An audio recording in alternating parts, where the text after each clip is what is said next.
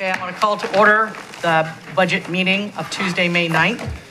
And I would like City Recorder to call roll, please. Kathy Clark. Here. Sarita Cross. Here. Gerald Graveline. Here. Robert Hessman. Actually here. Kyle Duran. Here. Daniel Kohler. Here. Susan London. Here. Melissa Martin. Here. Marlene Parsons. Here. Laura Reed. Here. Francisco Saldivar. Here. Hirsch Sangster. Here. Shani Starr. Here. And Jonathan Thompson. Here. Thank you. Thank you. Now we'll get into the public testimony. I have, we have a special announcement. I'm sorry. We have a special order of We business have tonight. the guy that's in the bright orange right now. It's his birthday. Woohoo! Yeah. Thank you. Happy birthday to you. To you. Happy birthday to you. Happy birthday. Happy birthday, dear Hirsch. Happy birthday to you. Dedication. That was dedication, so that's why we had to do that. Hirsch, you get a budgetary birthday gift. Please pick something bike related. Yeah, right. Okay, I have two people signed up tonight for public testimony. And I will call Meredith and Jennifer to come up first with Keizer United, please.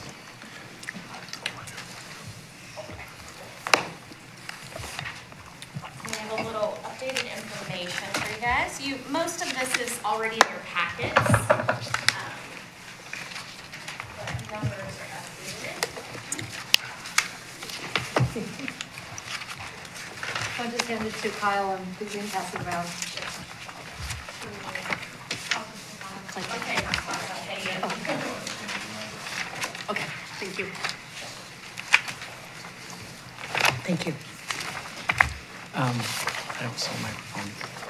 There it is. Do they not have a microphone, Tracy? It's there. Is it there? Oh, sorry, I didn't see it. All right. Can you hear me? Yes, go ahead.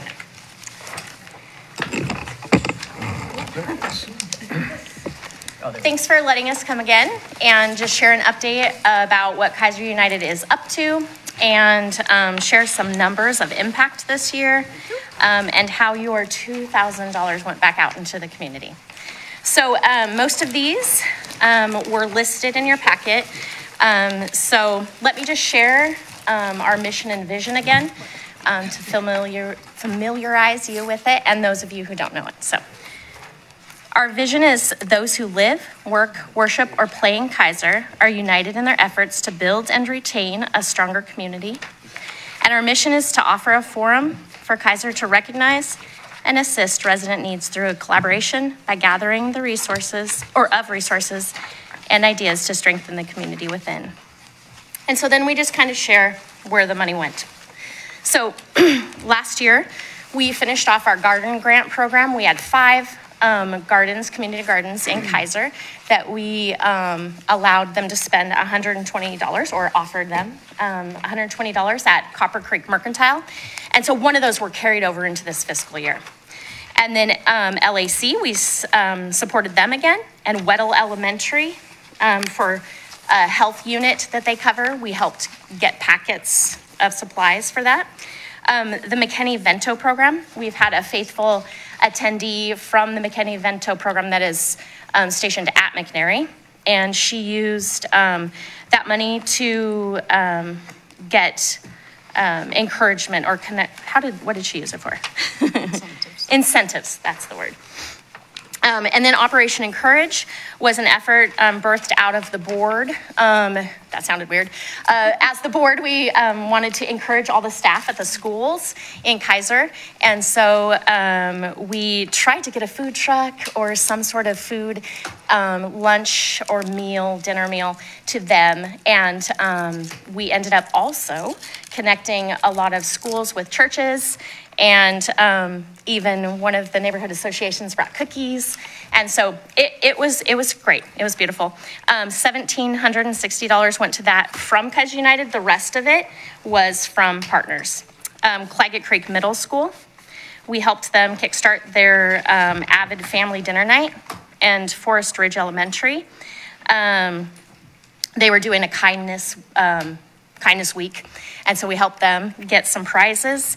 And then Salem Harvest, we've helped them in the past, and that helps them get their insurance for a fun run, a family fun run that they will have in July. And then the McKinney-Vento program, oh wait, I already shared that, sorry, thought I turned the page. And then Peggy with the gardens, with the Moore Garden right over here, she asked for $350 to reestablish their herb garden and to replace some tools. And I just love always sharing her story because she makes the penny go further than anybody I know. And then LAC, the reason they're on there twice is because when we funded LAC for scholarships last year, that didn't fund until the beginning of the fiscal year due to some checks not coming in. Anyway, and so then we did fund them for this fiscal year also. And then the Carrie Emery Memorial Fund, we are donating $100 in honor of Carrie and to support Pier Court. And then the Keizer Chamber Percy event, we're sponsoring a table for Cummings Elementary again. And then the Claggett Creek Watershed Council for their Soggy Day in the Park. So those are just some ways that we've used funding. And then the best part or the most valuable part of Keizer United is really the collaboration. And so that is on the second page there, or the third page. So the most valuable part of what is happening through Keizer United is the continuing and deepening collaboration between partners. And I'm not going to read all this because you all have it. Yeah, and we only have a few seconds. So these are some of the speakers we've had recently. And so I just wanted to share a thank you. And again, I'm not going to read this whole thank you note. I just want to thank you for supporting Keizer United and believing in the value of it. And so I'll just open it up to questions. And for giving us Dan. Yes, thanks for sending Dan. Yes. Thank you, Meredith. We have any questions for Meredith? Mayor Clark. Thank you very much, and for this updated report. On a number of these, it says that the leverage is to be pending. When will we get that data? So I can come back and share that when we get those funding reports back in. We don't know the value of that dollar that we gave until we see how they matched and made it go back out into the community. And so we really rely on those reports to come in. Sometimes we don't get them. So you can tell us when to come back and share. Some of the events haven't happened yet. We've sent Yeah, them the money that- to fund, but the events are still pending. True. So we won't get those until after the event. In most cases, that's the case, is it just hasn't been spent yet. So if I might suggest, the budget will come to council for a hearing in June. So if you have it by then, or some of the updates, that might be a really good time to be able to report out to the community what the leverage has been. Okay. And talk about making dollars scream for mercy as we get 10 times the value out of them, which would Yeah. be fabulous. Yeah. And on the McKinney-Vento, thank you for partnering with them. And for folks who don't know what McKinney-Vento is and what that program is, if you don't, I can define it. So the McKinney-Vento Liaison, that program is specifically geared toward youth and students experiencing homelessness. And this is federal through HUD as a requirement for the school district to have liaisons who work specifically with unsheltered or unstably sheltered youth in our schools. And they are extraordinary, talented people. And Madam Chair, if Councilor Reed would know Councilor more Reed. than I. Okay, yes, go ahead, Councilor Reed. No, thank you. I just wanted to build on to what Kathy was saying. I believe that the McNary rep on the comes is our in-house social worker. Is she not? Violet, her last name is Violet. Kelly. Kelly. Yeah, I think she's actually through the McKinney-Vento program. Okay. They may work closely together, but I believe that she's actually through the McKinney-Vento Okay. program. Just wanted to, I guess, make that point that we do have an in-house social worker now at McNary, which has been a huge benefit too. And it's all part of the same work. So just wanted to Hopefully point that they're out. Thank you. connecting with each other and resourcing and referring. Yes. Thank you. Any other questions? Great, thank you very much. Thank you. Great job.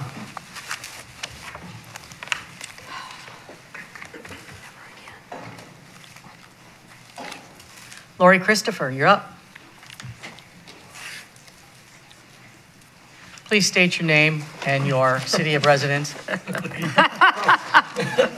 tell you. And you get 5 minutes. Lori Christopher, City of Keizer. It's allergy season, so I'm not crying, but I am a little stoned. So I was asked by Chair Parsons to come and speak a little bit about the relationship between the Keizer Heritage Foundation and the Keizer Cultural Center and the City of Keizer. So I want to give you just a brief history of that because I'm sure most of you don't know it. And then share with you, thanks, Trace, thanks. And and Tracy's passing out our 2022 annual report. The City Council has seen this, but the Budget Committee has not. And our 2023-24 project priorities. So in 1999, we moved the old Keizer School from the corner of Shamawa and River Road to the current location. It now sits on the city campus, and the city rents us that space for $100 a year. And I was on city council at that time, and we asked the community to raise $250,000, and then the city council agreed to spend $250,000 worth of urban renewal funding. And so that's how it came to be completely remodeled and modernized almost a quarter century ago, 24 years ago. That's amazing that that happened that long ago. Sorry, I'm so stoned. We've done really, really well. It was Mayor Clark's idea about 2015 to take the event center out, which saved a great deal on the wear and tear of that historic building, and put the theater there. The theater was looking for a home, and that's what completed the whole vision of the Keizer Cultural Center. So we now have Keizer Homegrown Theater, Keizer Art Association, Keizer Community Library, and Keizer Museum. Keizer, you guys, I'm so sorry. The museum.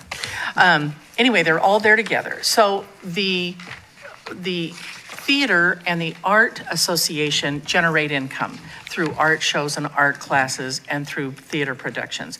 The museum and the library does not.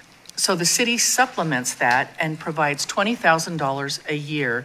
That's for to keep the building running. The building, and this has been since 2015. We've never asked for more. We've never increased the amount.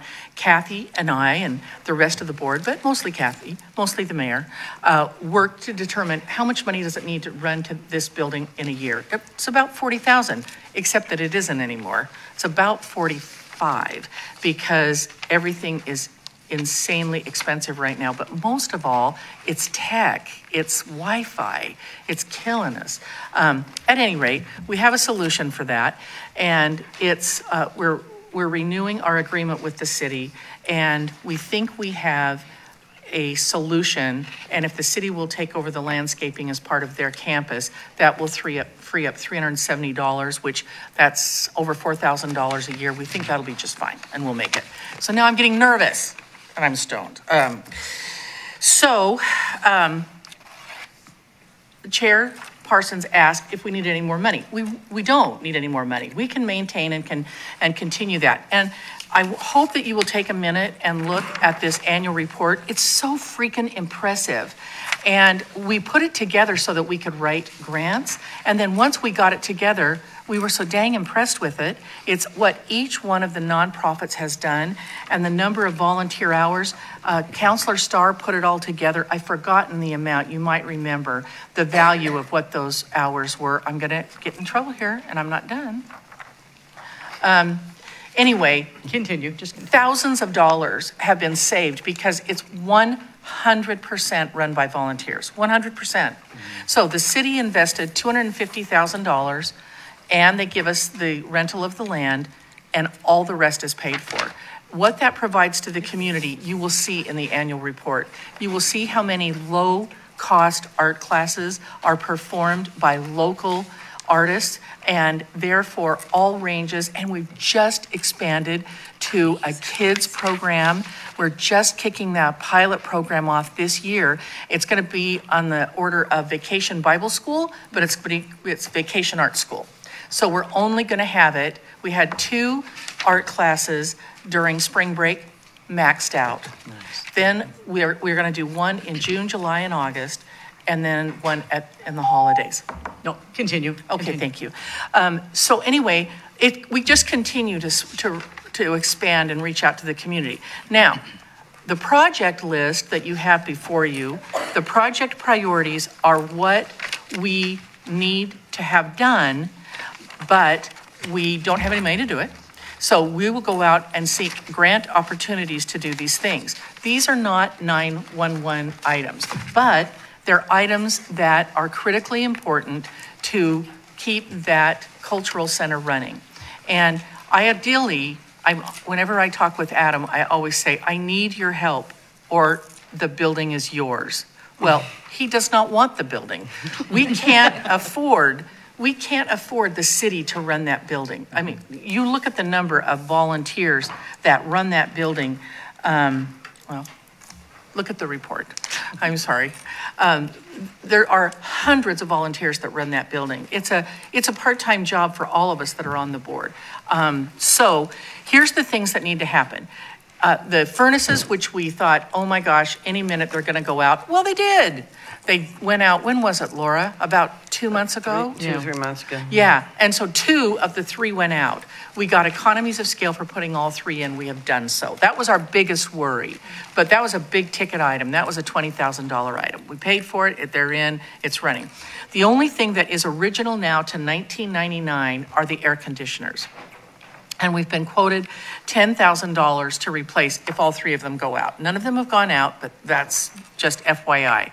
The windows on the upper level of the building, the city stepped up and helped us with the windows on the lower part of the building. That was really the most pressing issue because it was a security issue. Those windows had sprung seals and they had they were original. They were 107 years old. Did I mention that? That building is 107 years old. Critical because there's nothing in that building that isn't a challenge. At any rate, that's all been replaced with ARPA money. And that was $30,000 to replace those windows. But we're secure now and we don't have to worry about it. It looks similar to what the building looked like. It doesn't look identical. They're not 107 years old. So new materials have been used and they have a 30-year warranty on them. So we're in great shape there. It'd be great to have the windows replaced. It's going to increase energy efficiency, not a have to. But what I really want to talk to you about is item number 4, replacement of the front and back doors. We have an elevator in the building for folks who are unable to climb stairs and for any other type of disability. We don't have a door that you push the button and the door opens by itself, and we don't have a door that we can control the open and close by our phones. And so if someone needs assistance at the back door, we all hope that someone's in the building because they have to run down to the back door to help that individual get in and then get into the elevator if need be or into the library, wherever they need to go. So that really is something that I talked with Councilor Reed about because she is the chair of the Community Diversity Engagement Committee. And I think that aligns with part of the mission of that committee, which is access, which is universal access in our city for folks of all abilities. And we currently don't have that because these doors are 107 years old. But it's not cheap. Anything that you are upgrading to make universal access and ADA compliant, they're very expensive. The estimates that we've been given, so let me tell you, phase 1, we have to have an architect come in and design that. We've talked with 3 door companies, they won't touch it without an architect because of the age of the building, looking at it. There's also, of course, lead issues in the building. And Then the phase 2 is purchase and install, and the estimate is $20,000. A third item is an ADA compliant door at the rear of the building, which is $7,500. What that is the button. And we have an estimate for doing that. They believe that they can make those old doors open. They're pretty sure. Anyway, we have an estimate for $7,500.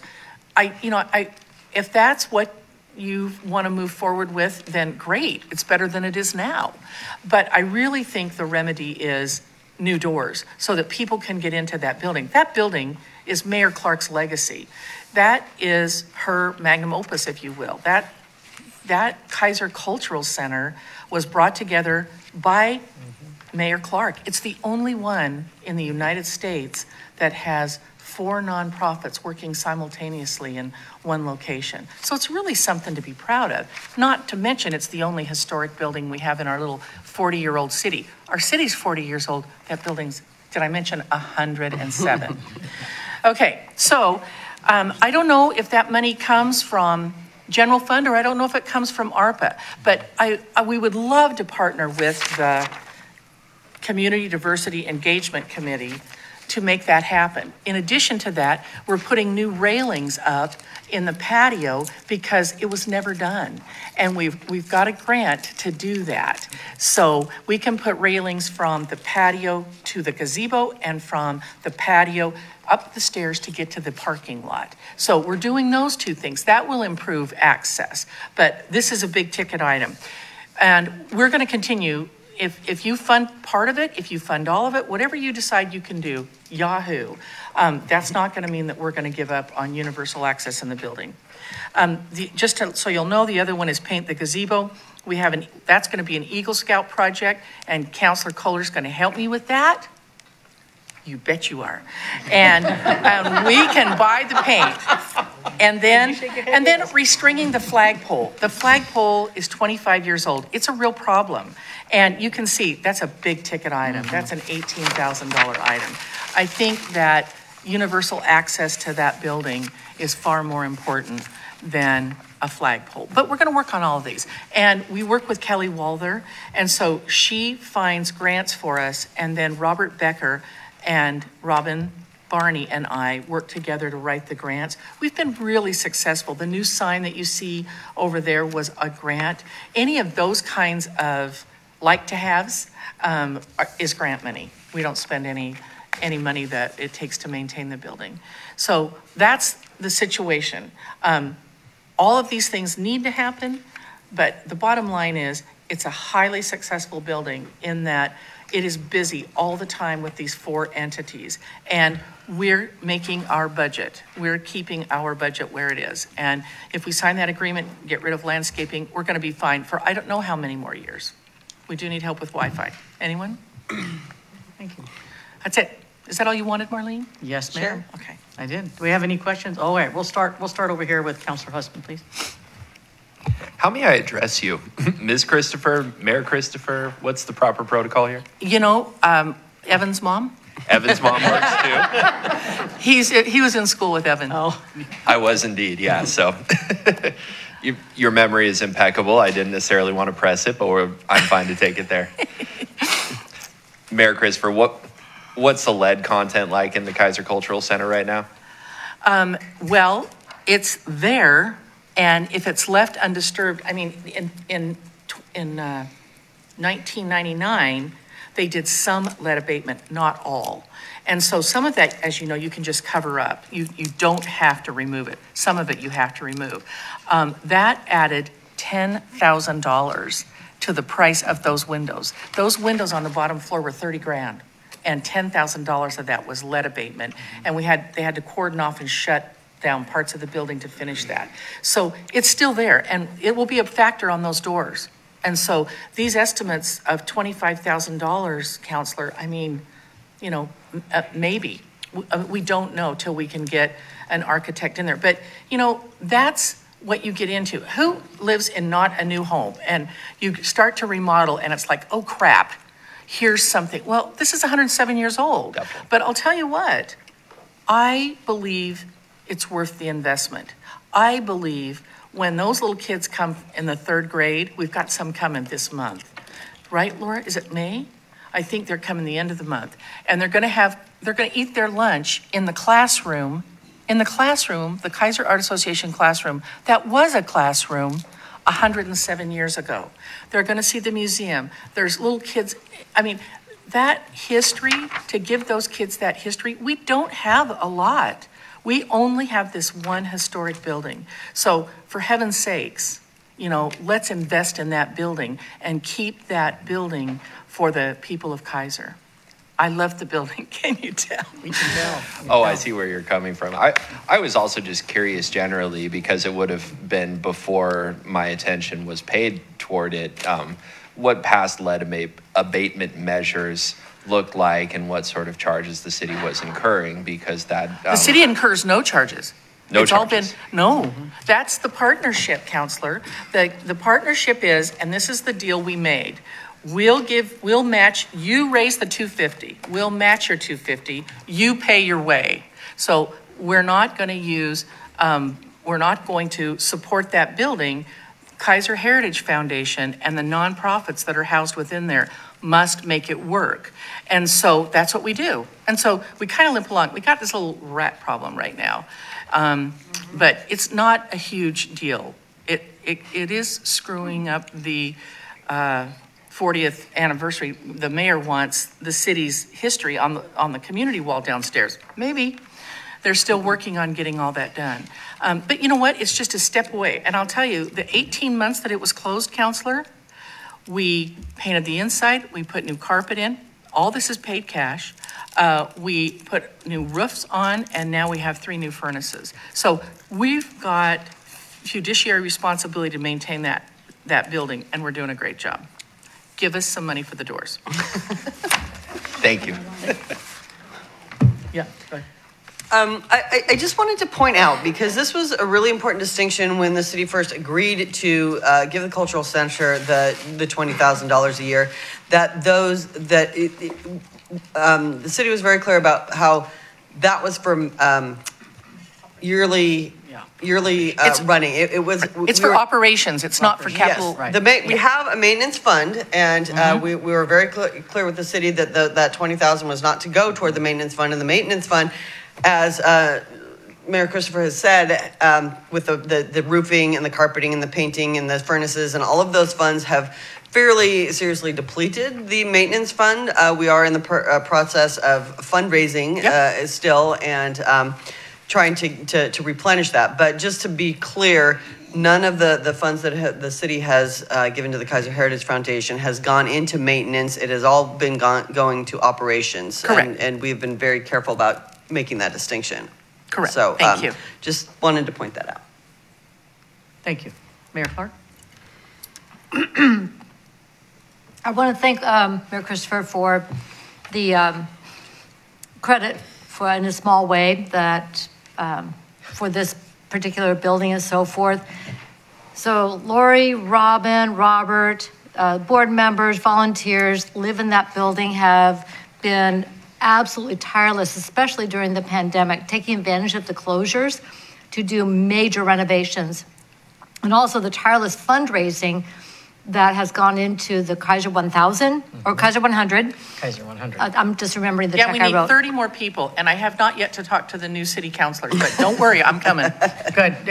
Can you explain what that is? I can, and I would love to. Thank you. So, and many of you are already, I believe every city councilor is a Keizer 100 member, and Yeah, we were. and Hirsch I know is, and what it is, it was actually Lyndon Zeit's idea. He says, rather than have continual bake sales, as he calls them, where you're gathering $10,000 here and $5,000, why don't you get 100 people to pay a one-time $1,000? That'll create, because we had depleted the original $100,000 in the 25 years that building has been in operations by doing exactly what it was intended to do. The last of that, of course, was with the furnaces. And so get 100 people to get $100,000, and that will carry us into the future. And so we have done that, and we've got 60, I can't remember, 63 to 67 people that have committed. And when I talk to people, it's been really great because for a while there, I would say, we don't need the $1,000 right now. You can pay it in increments, but now we need it. But everybody has been, they love history. We haven't even started with businesses yet. We wanted to get 100 individuals. And the names on the wall over there is a canvas for the original fundraising, and all the names of the original donors are there. And most of those donors have come back a second time and said, yeah, I want to be a Keizer 100 member. When we reach 100, we're going to put the second mural on the front of the building. We've got it all mapped out. We have an artist who will do it. She currently works for theater and does their does their props. So we're ready to go. And Marlene says she will help me with this. We did not fundraise. You did. You know you did. I did, sure. Okay. We did not fundraise for the 3 years of COVID because for 18 months the building was closed. The first 6 months we were in shock.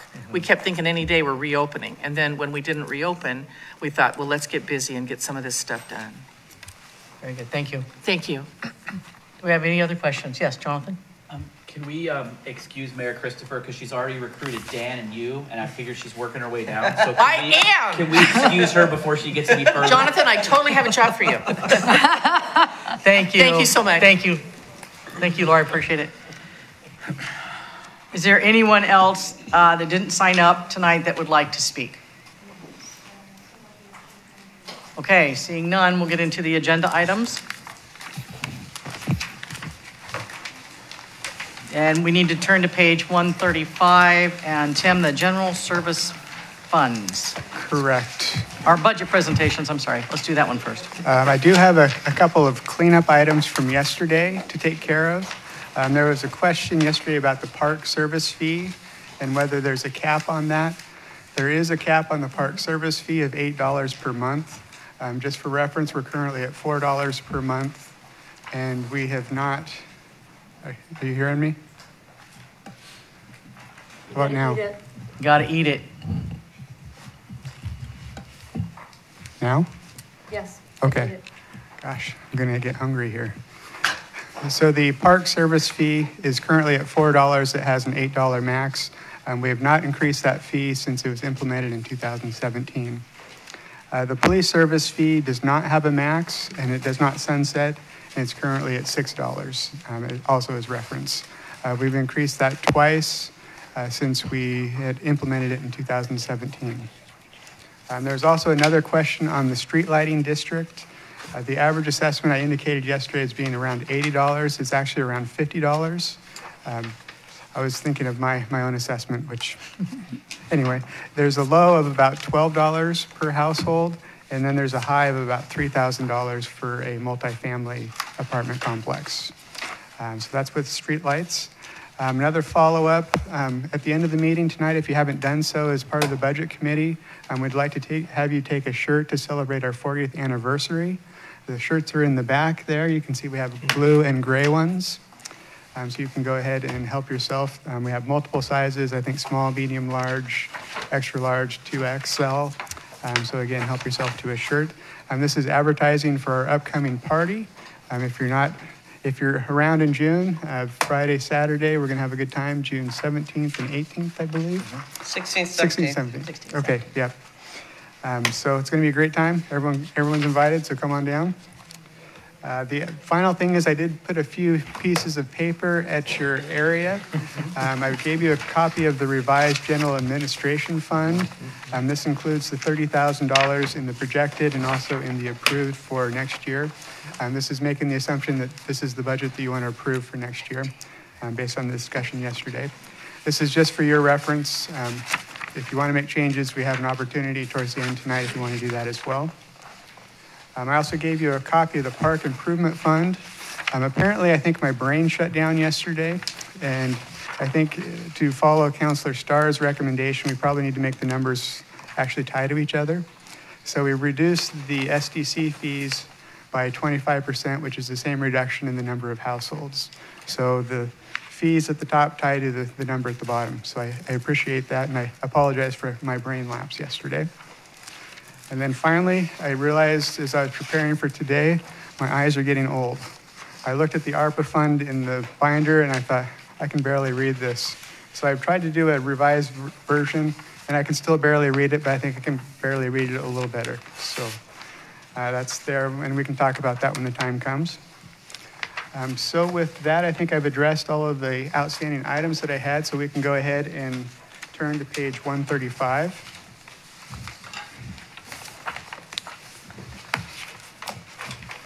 On 135, it's a summary of the general fund. This is, as I've referred to it, the junk drawer for the city.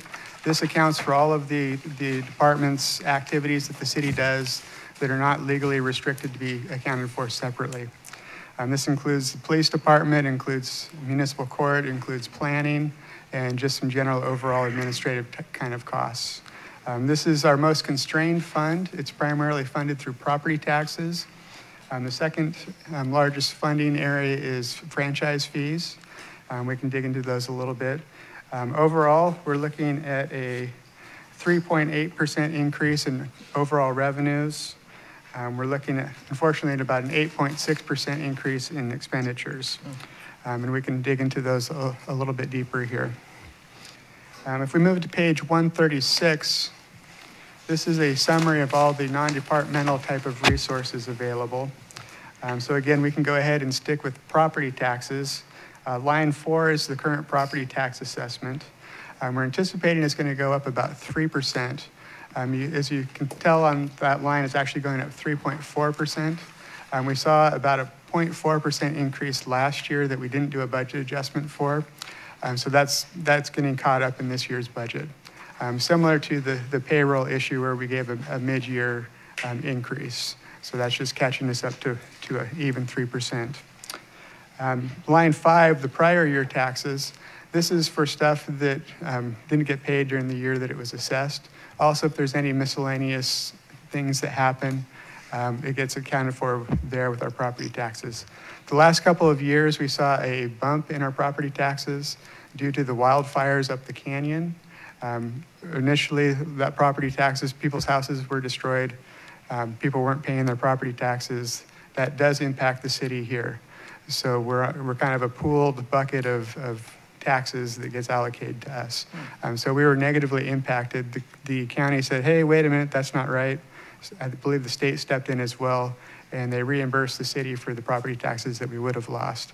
So we ended up getting caught back up, but it's showing up as a spike in our property taxes for the previous years. Line 6, sales tax. The city has one sales tax. I'm not supposed to talk about it. The state decided that they're going to take a lot of our property tax money back. They passed some legislation, so we're getting a small increment of what we were originally going to get. Original projections were going to be about $280,000. We're now down to about $130,000 for the year. So that right there is about a police officer that the state decided they wanted to keep for themselves. I'm not grouchy about it, though. That's the story with our property taxes and our assessment kind of things. Moving on to the license and fees, this is primarily our franchise fees. Some of the highlights, as we talked about yesterday, PGE is looking at a 14% increase to come sometime in the middle of next year. So you're seeing a fairly big pickup, a 6.1% increase in the property taxes. Not sure exactly when that's going to come or if it's going to get approved, but we're kind of planning on a little bit of it. Also natural gas. Not expecting a rate increase with natural gas that I'm aware of. However, we did see a spike in usage over the last year. So our budget this year is basically equal with what we were receiving this year. We're going to take it a little bit conservative and see which way it ends up going, if it goes back to our historical trend or not. The telephone franchise fee, that continues to decrease over time as people continue to cut their cord. Consistent with cable television, during the pandemic, we did see a spike upward with cable television. However, now we're back to our trend of that's a declining revenue source for the city. Sanitation, during this year, we did see a rate increase for the sanitation services. The 2023-24 amount is an annualized impact of that rate increase. So we don't have anything on the books as far as an additional increase. This is just a carryover from this year. The water, sewer, stormwater, those are following the rate increases that we're expecting. With the water sales assessment, it looks like we're actually going down, but we had a big spike in usage. And I'm anticipating that it's going to drop back down to its normal usage into the future, which would result in a 4% increase for us. Similar with the sewer license fee, we're only going to see a 4.1%, although we're looking at about a 6%. There's going to be a little bit of wiggle room once the usage part gets worked out. And then stormwater, we're just really getting to our historical average. So really no rate increase there, just a pickup that we haven't recognized for the last couple of years. With that, that's the license and fees category. The next category is intergovernmental. This is taxes that we receive from the state. It's primarily cigarette tax and liquor tax. The cigarette tax continues to drop. Really the big question is how much is it going to drop? So taking kind of an aggressive route, and we're going to say we're hoping to be flat with this past year.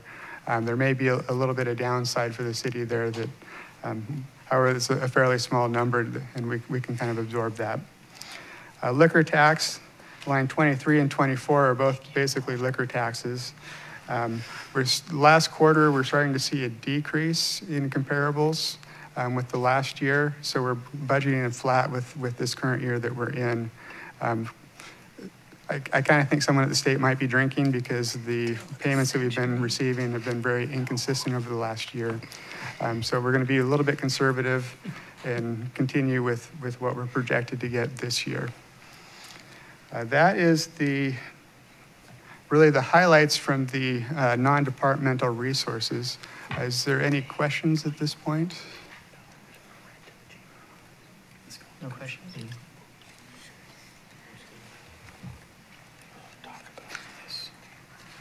If not, then we can go ahead and move on to the next page, 137.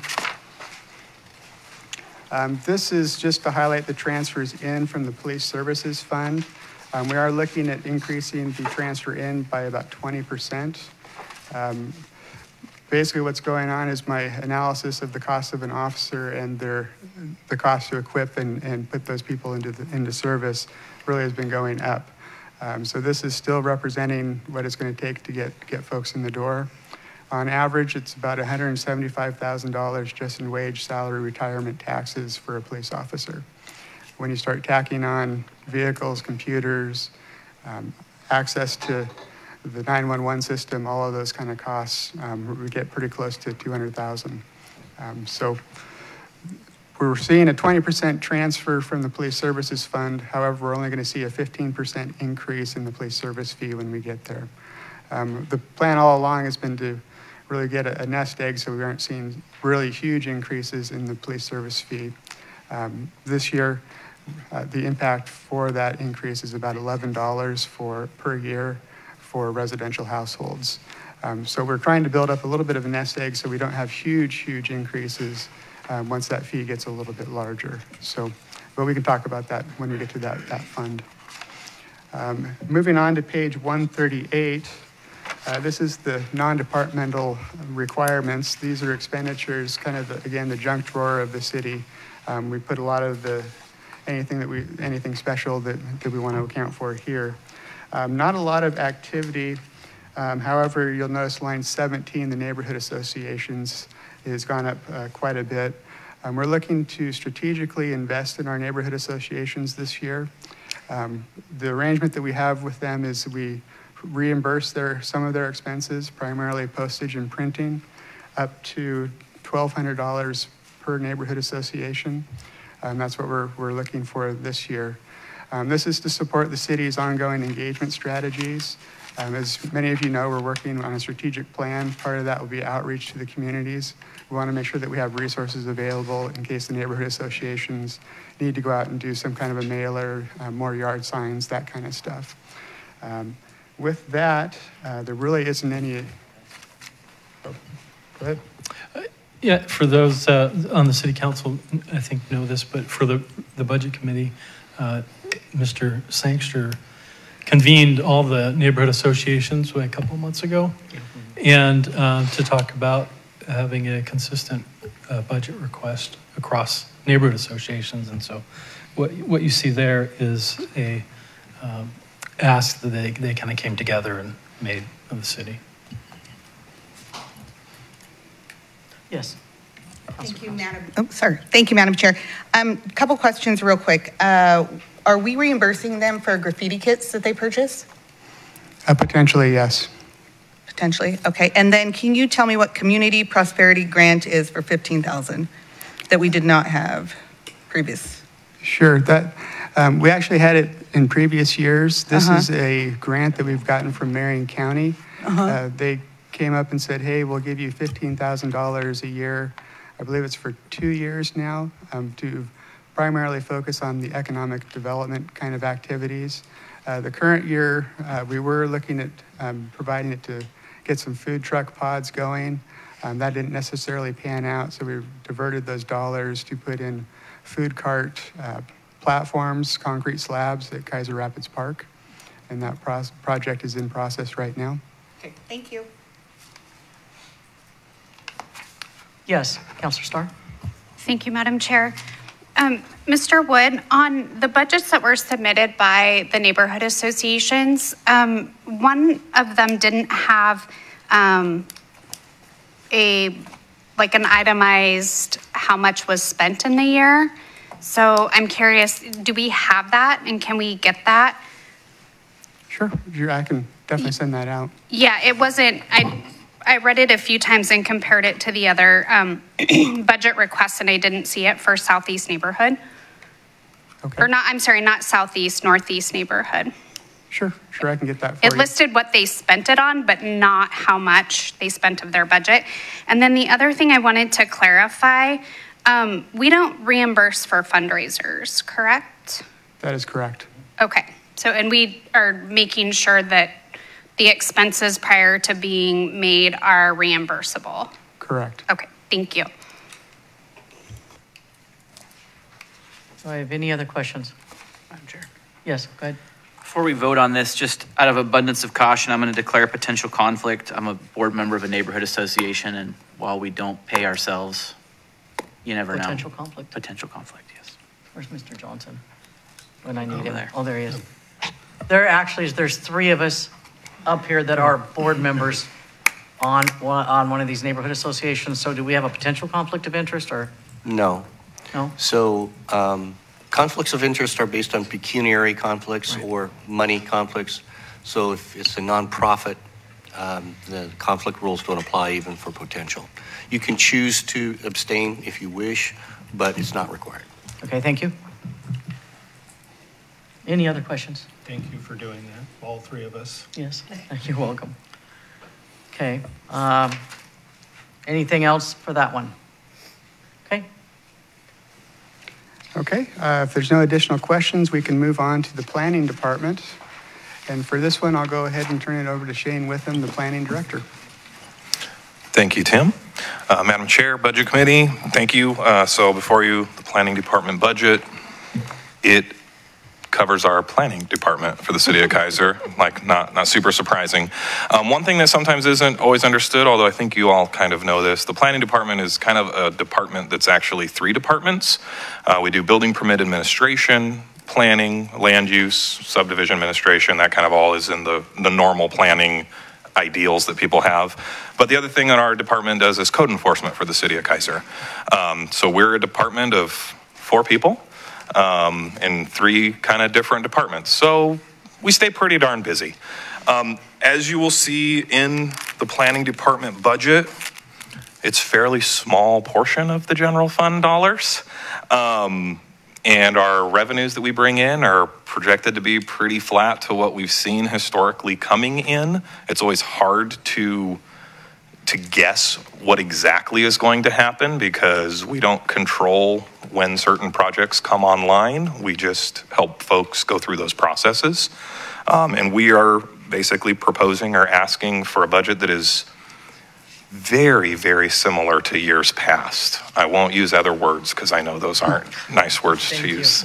But really they are very similar. The one thing I did want to highlight last year at the budget, through the budget process, we asked for a little more money in our nuisance abatement budget.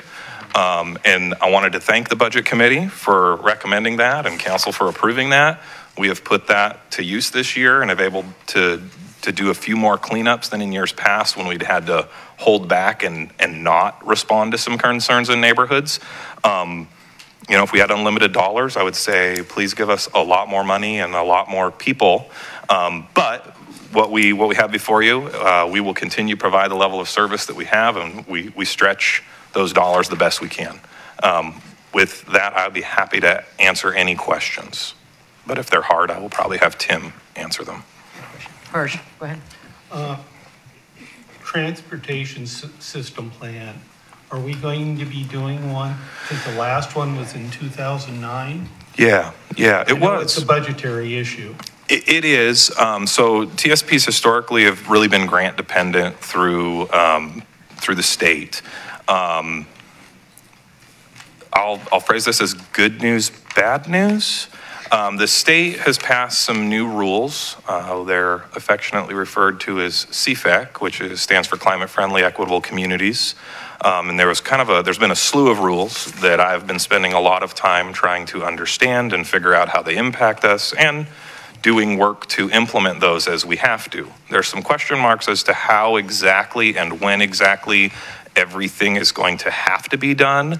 But I will say the one silver lining, which I think council all knows this, we've talked about this at council in the past, but the one silver lining is that part of that CFEC rules is in our region, currently as the rules are written, if they stand, that scenario planning, which kind of looks at transportation and land use elements as a region, it needs to be done. We're actually already working with our regional partners of Marion County and the city of Salem to move forward with setting the groundwork for that process. And it's being funded through the state, not our dollars. And the vision, the program that ODOT and the state has put together is that when we get through that scenario planning process, that the funding mechanism will follow for a TSP update to align that preferred scenario, which is great because TSPs historically have been extremely competitive for getting those grants, and the more money you can bring to the table in cash, the more likely you are to be funded. And so that's always been a challenge. I know it's been something on the council's list of desire to update our TSP for several years. We've made some grant applications in past years and have been unsuccessful. I'm encouraged that this process creates a straight line path for us. I won't talk at the budget committee about maybe the discouragement factors on some of the rules and what they may end up meaning for us. So we'll that's a different conversation for a different day, but great question. Thank you. Do I have any other questions for planning? Mayor Clark? So since you did not use the, my favorite word, status quo, appreciate that. I did. I was coached. I know, you're very kind. Thank you, Shane. Code compliance. We've had an increased need for our huge code compliance services of one FTE, one person, who does a work of 10.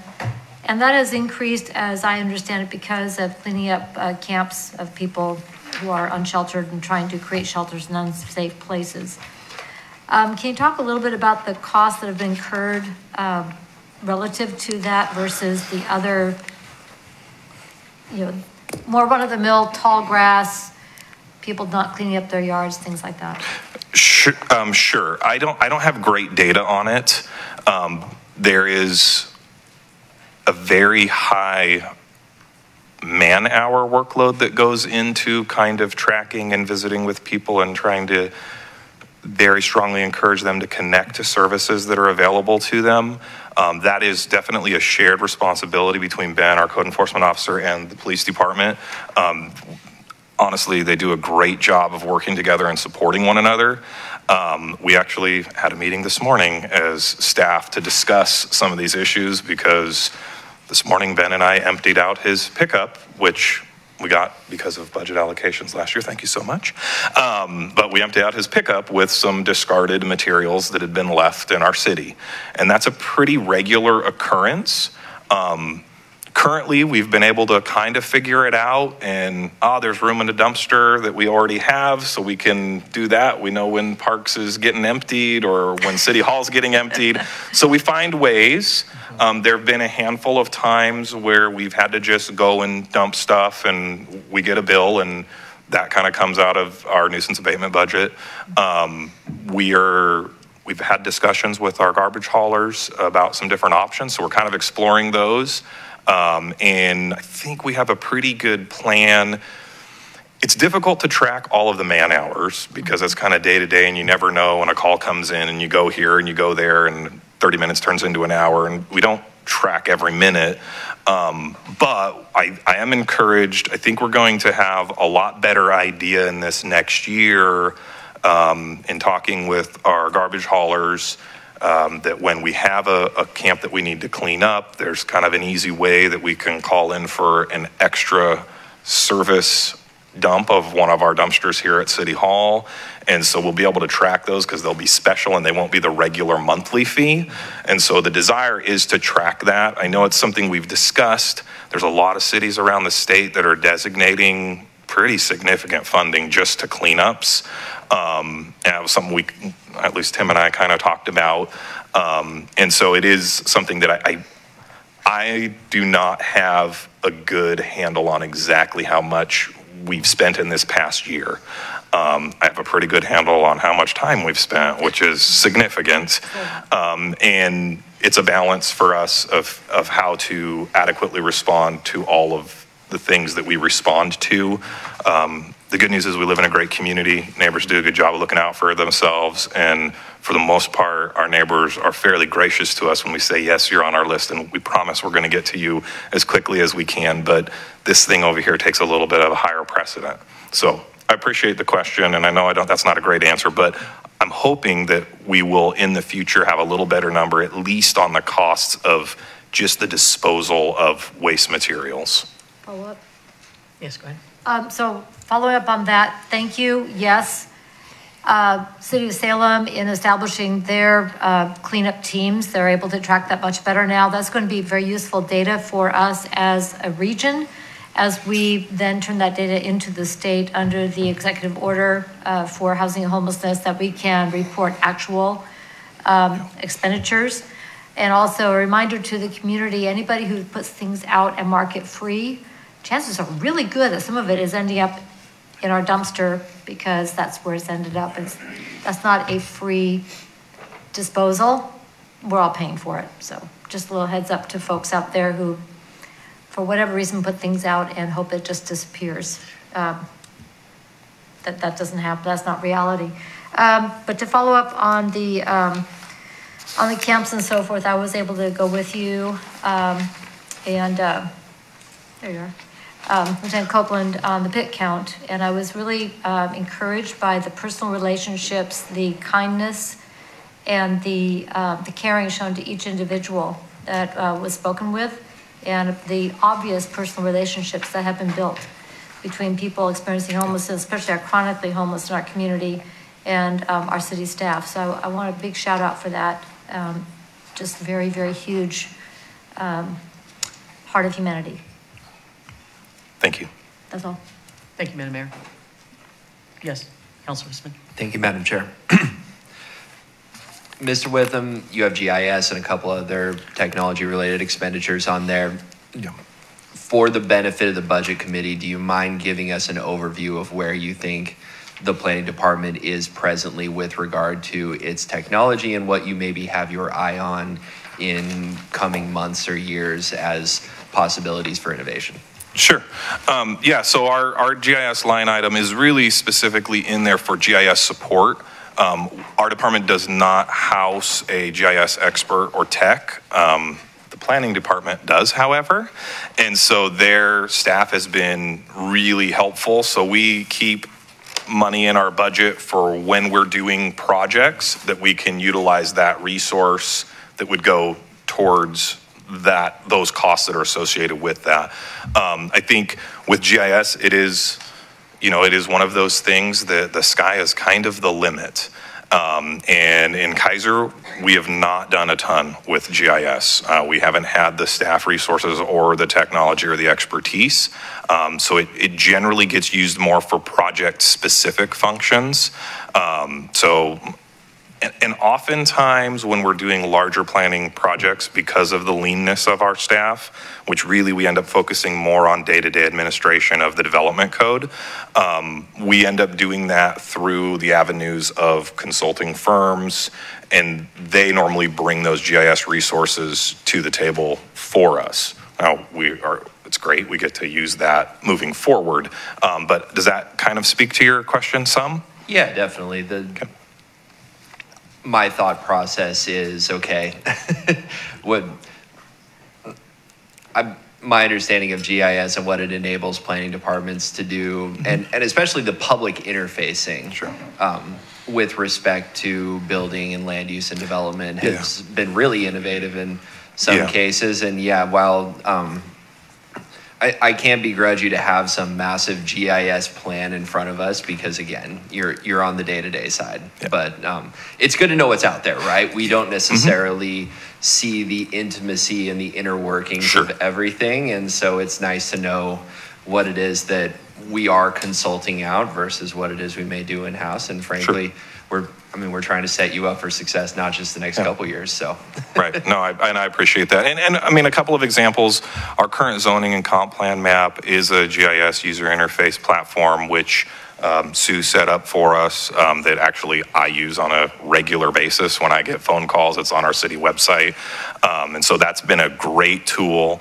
It gets dynamically updated as changes happen within the city and approvals get done for new subdivisions, things like that.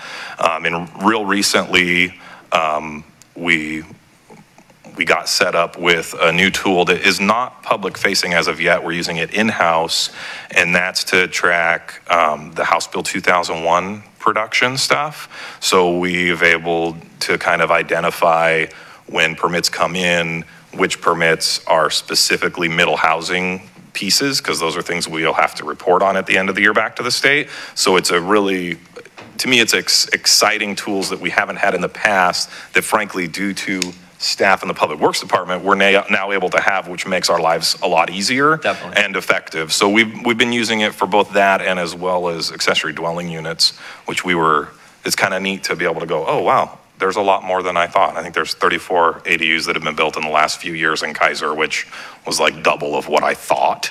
And then you see it on a map and you're like, oh, wow, it's everywhere. But it is very nice because with that spatial interface, you can start to see if there are certain patterns that are coming forward, which then can give us some indication on, oh, okay, we're having this in this area all the time. Are there some zoning changes that need to happen, or some recommendations for additional infrastructure improvements or things like that? Yeah, so. And HB 2001 is still super new, and you guys are still definitely going through the particulars. How are you framing some of that data or packaging it or spreading it around at this point? I mean, right now we're collecting it more than I would say utilizing it to tell us anything, because it is so new and the projects are just starting to come online. So I feel like, well, Bill and I were in a meeting this morning regarding a development that wants to utilize House Bill 2001 provisions and how they can accomplish what their development goals are and still fit within the city's rules and all of those kinds of things. So I would say more is yet to come at this point. I mean, first rule of good data is always collect it. Second rule is make sure it has some integrity behind it. So. Sure. Completely understand. And I ask in part because, Mayor Clark, kind of looking at you here, there probably is a future with respect to HB 2001 and some of the broader goals that the state has maybe even outlined with respect to housing, where we do want to fashion data analysis or data presentation such that we have an idea of where we're going, and maybe just maybe that leads to future grant opportunities somewhere down the road. Again, you would know that space far better than I, but just curious about that, yeah. Thank you. I just have one last question, hopefully. Nuisance abatement, does that include graffiti cleanup? Because obviously we've had a lot of that lately. No, it does not. Oh, okay, thank you. Where would that line item be? There really isn't a line item for that. Doesn't Ben do that? He does a lot. He's not the only one, but he does do that a lot. So generally, a lot of times when we're buying paint, things like that, that's going to be more out of our materials and supplies line item. You know, if he needs to go get a gallon of gray paint, he runs up to Lowe's and gets it on the city Yeah, account. because the color is gray. Yeah. Gotcha. Yeah. All right, thank you. Any other questions for planning? Okay, with that, we'll move on. Municipal court. Moving on to page 142, municipal court. We have one full-time court clerk. This budget accounts for the court clerk costs in addition to Judge Myers' costs. We also provide interpreters during the court sessions. In a given year, the court processes 1,700 citations roughly, give or take a couple hundred depending on the year.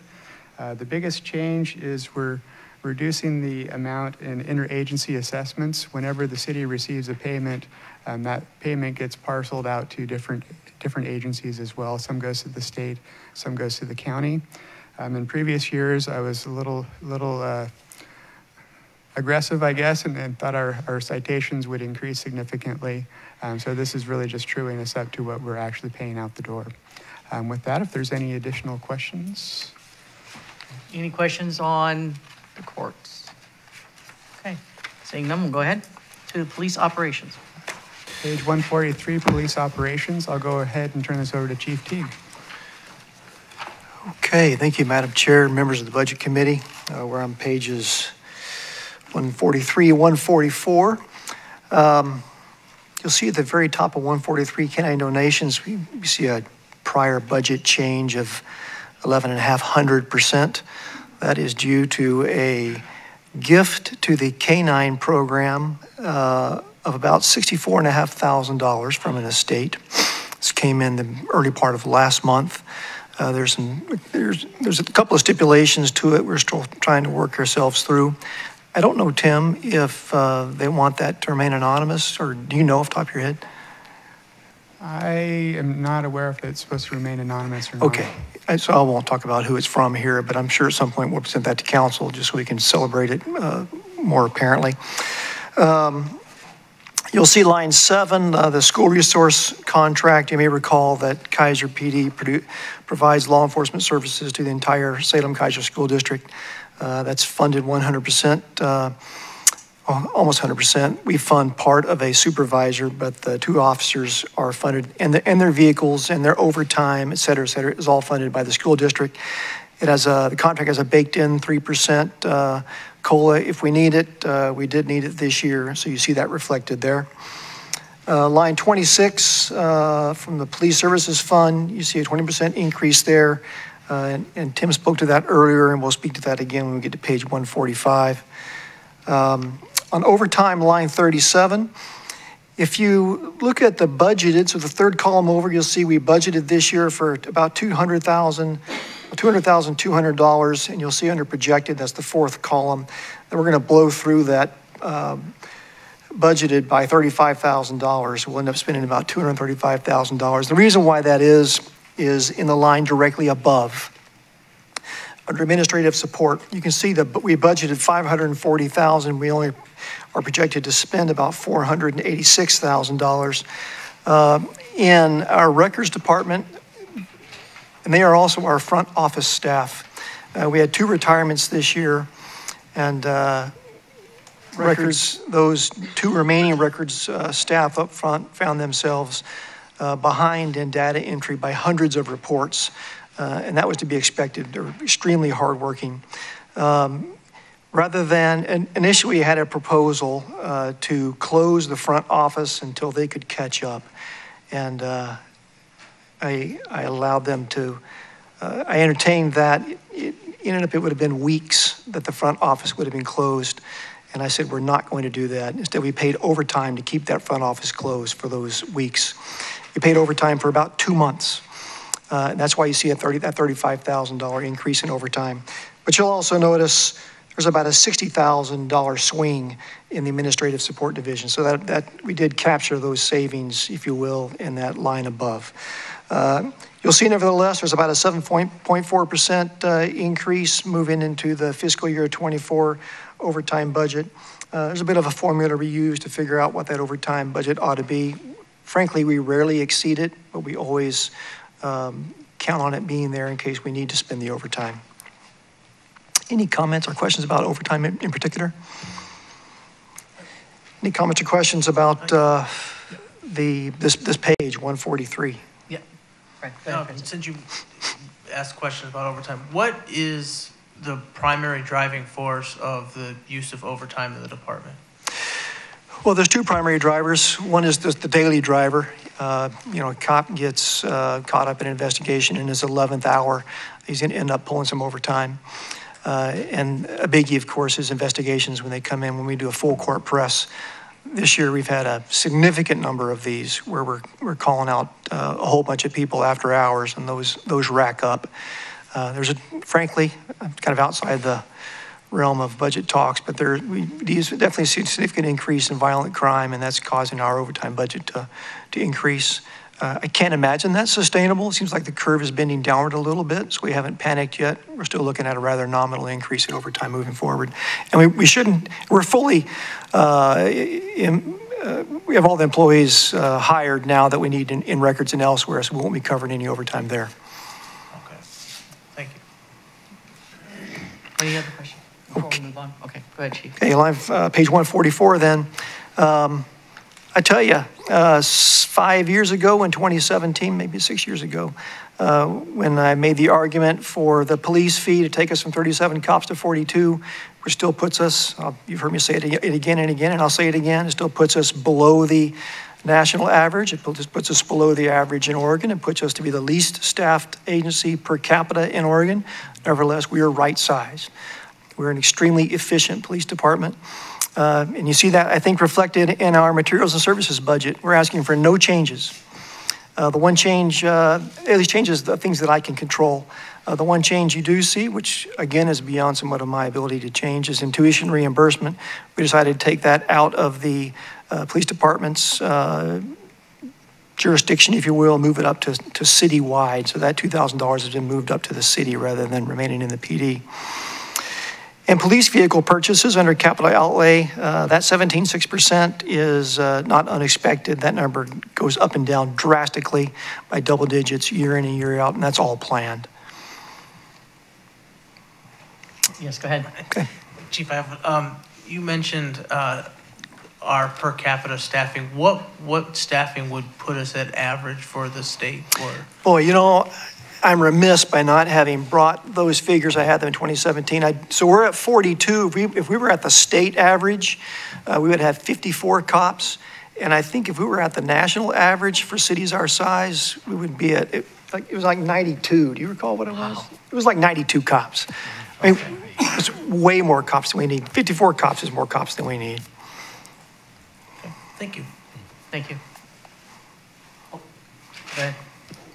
Thank you, Madam Chair.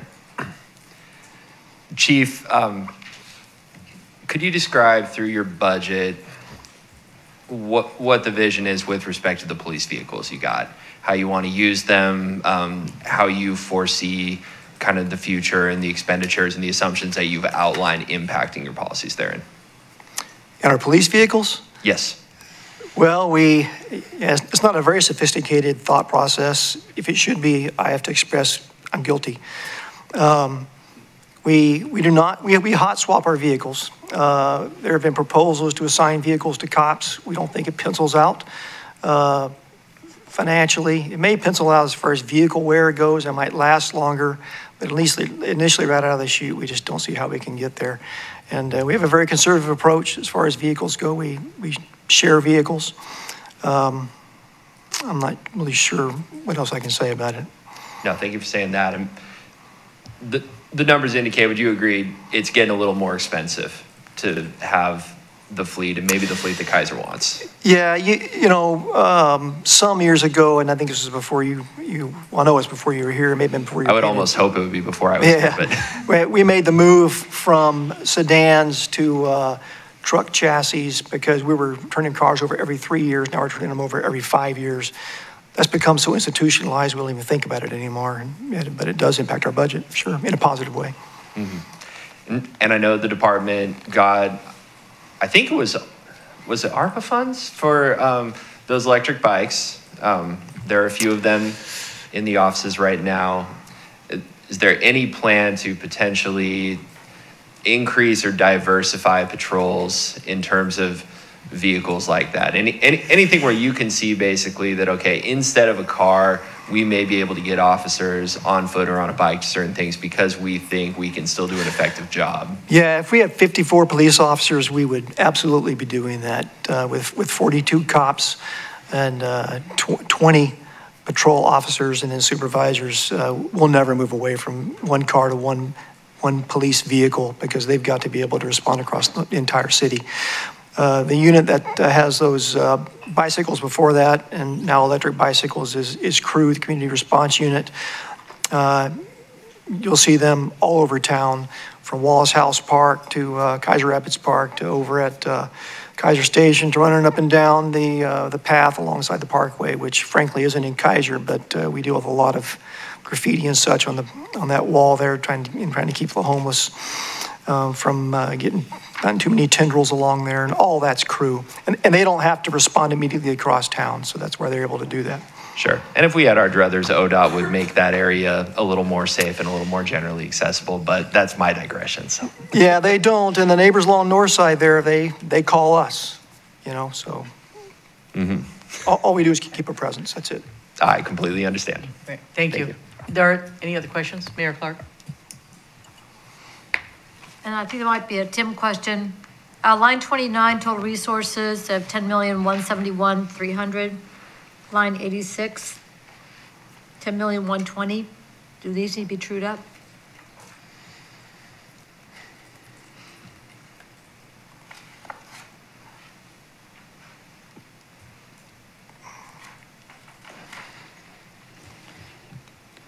I may have an error in my resources when it's where it's pulling from. It won't impact the expenditure side, which is the side that you're going to be approving. I have to do some complex calculations to try to get the police services fee amount into this budget, and it may have impacted something. Okay. But in general, they don't necessarily have to tie to each other. If you look at some of the other departments, there is not a direct correlation. So. Okay. Thank you. Thank you. Any other questions? Harsh? Just a comment on the bike cops. They tried to help big time last year with the bike skills fair, and they were ready to go, but Mother Nature didn't allow it. June 10th, we're going to try to do it again, and for the community, you're having a bike skills fair. The police will be involved. We'll be fitting helmets.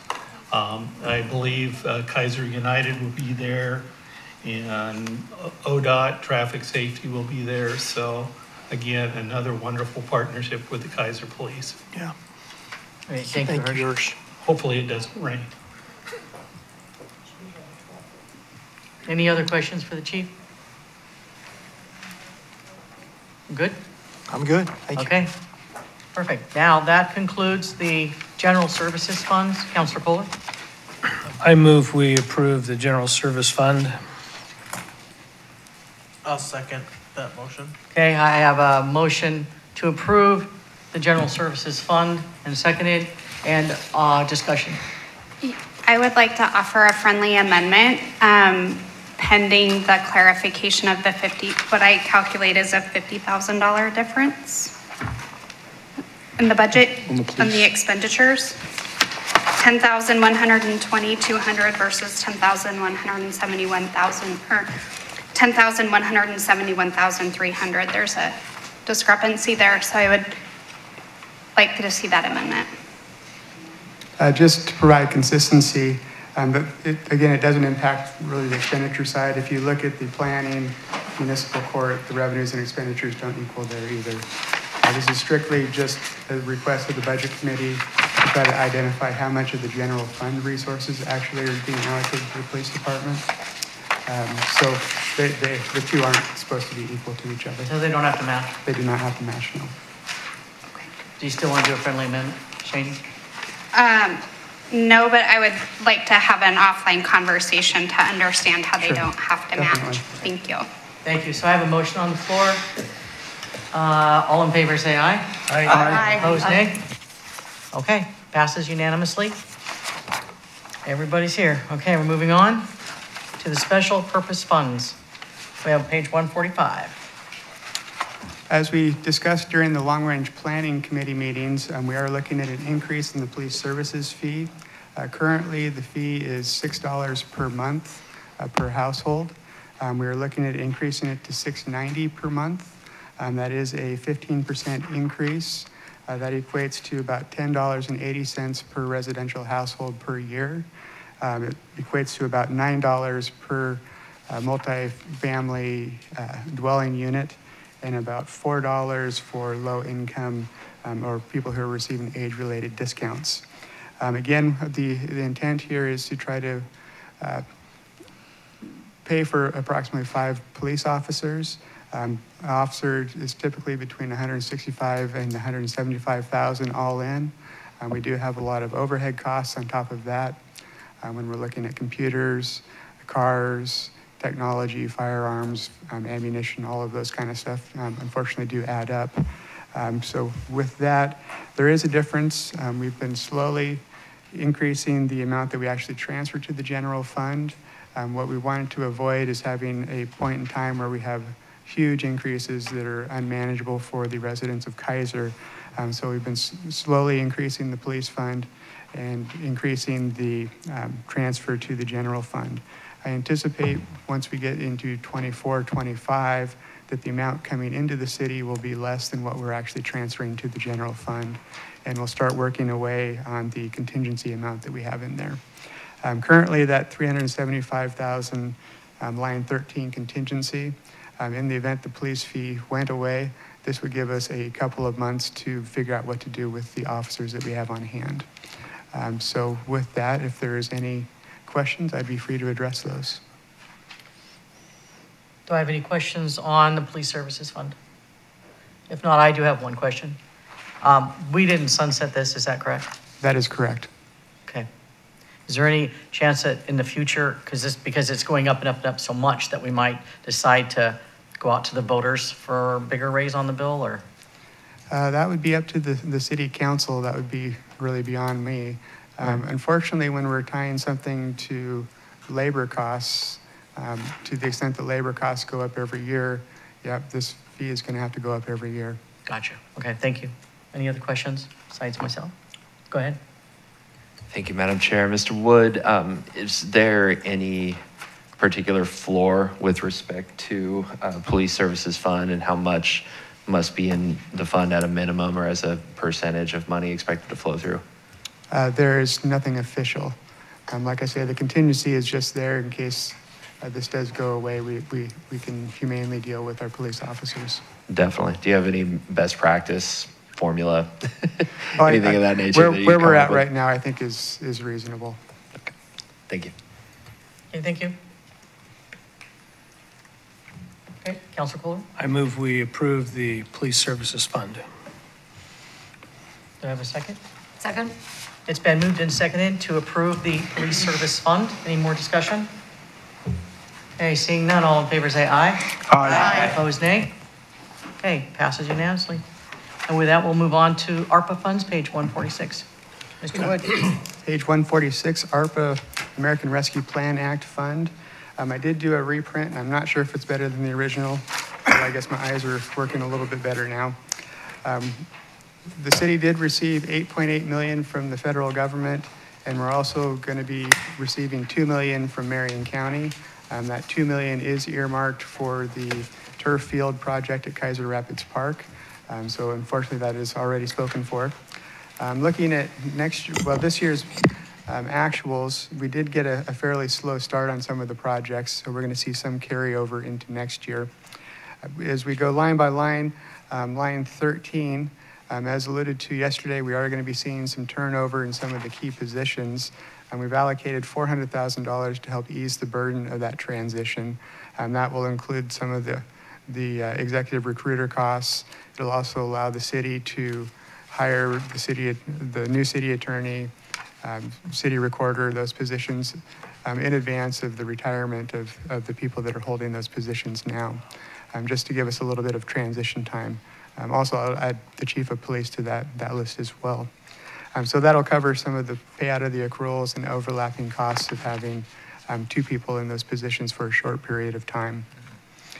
Line 20, strategic planning. We're in the middle of a process right now. I anticipate once we get that behind us, there'll be some things that we're going to be excited to start working on. We have $650,000 allocated to really jumpstart those projects. Moving on, strategic planning. The process is continuing on. It's going to carry over into 23-24. There's $100,000 allocated to wrap up that contract and any additional costs that are associated with that. My eyes are going crazy. Oh, the employee development. Yeah, we do have some ongoing costs associated with our high performance organization training that we conducted this year. This will give us an opportunity to continue pushing some of those type of projects forward. Line 23, we're going to have some carryover costs associated with our agenda management software that we're implementing. In addition, this is to cover costs associated with identifying and implementing a human resource information system. Moving to line 32, we have $300,000 allocated for the citywide camera project.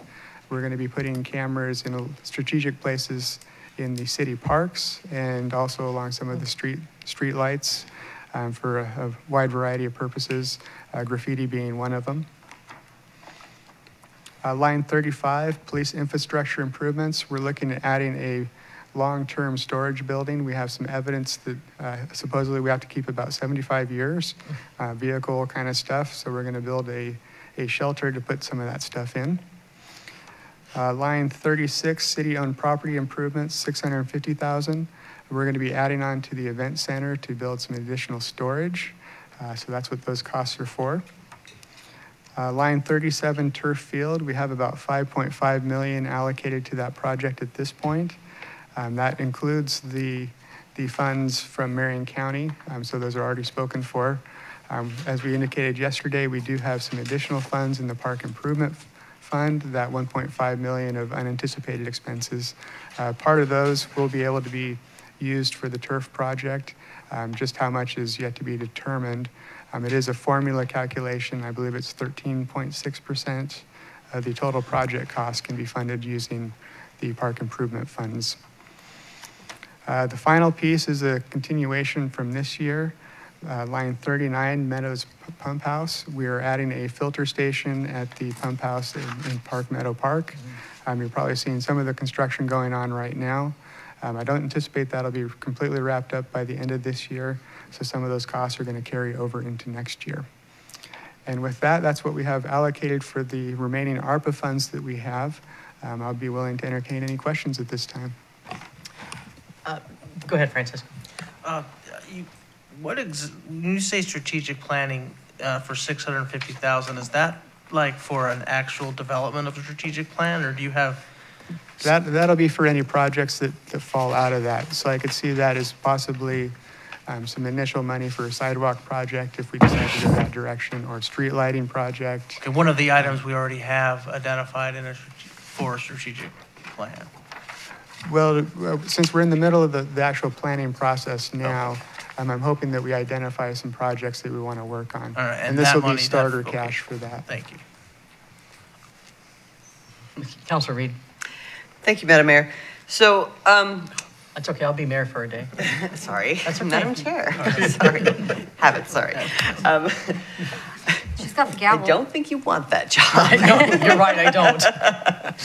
So, just to be clear, so with this, we have gone through all our ARPA funds and there is no more to give out.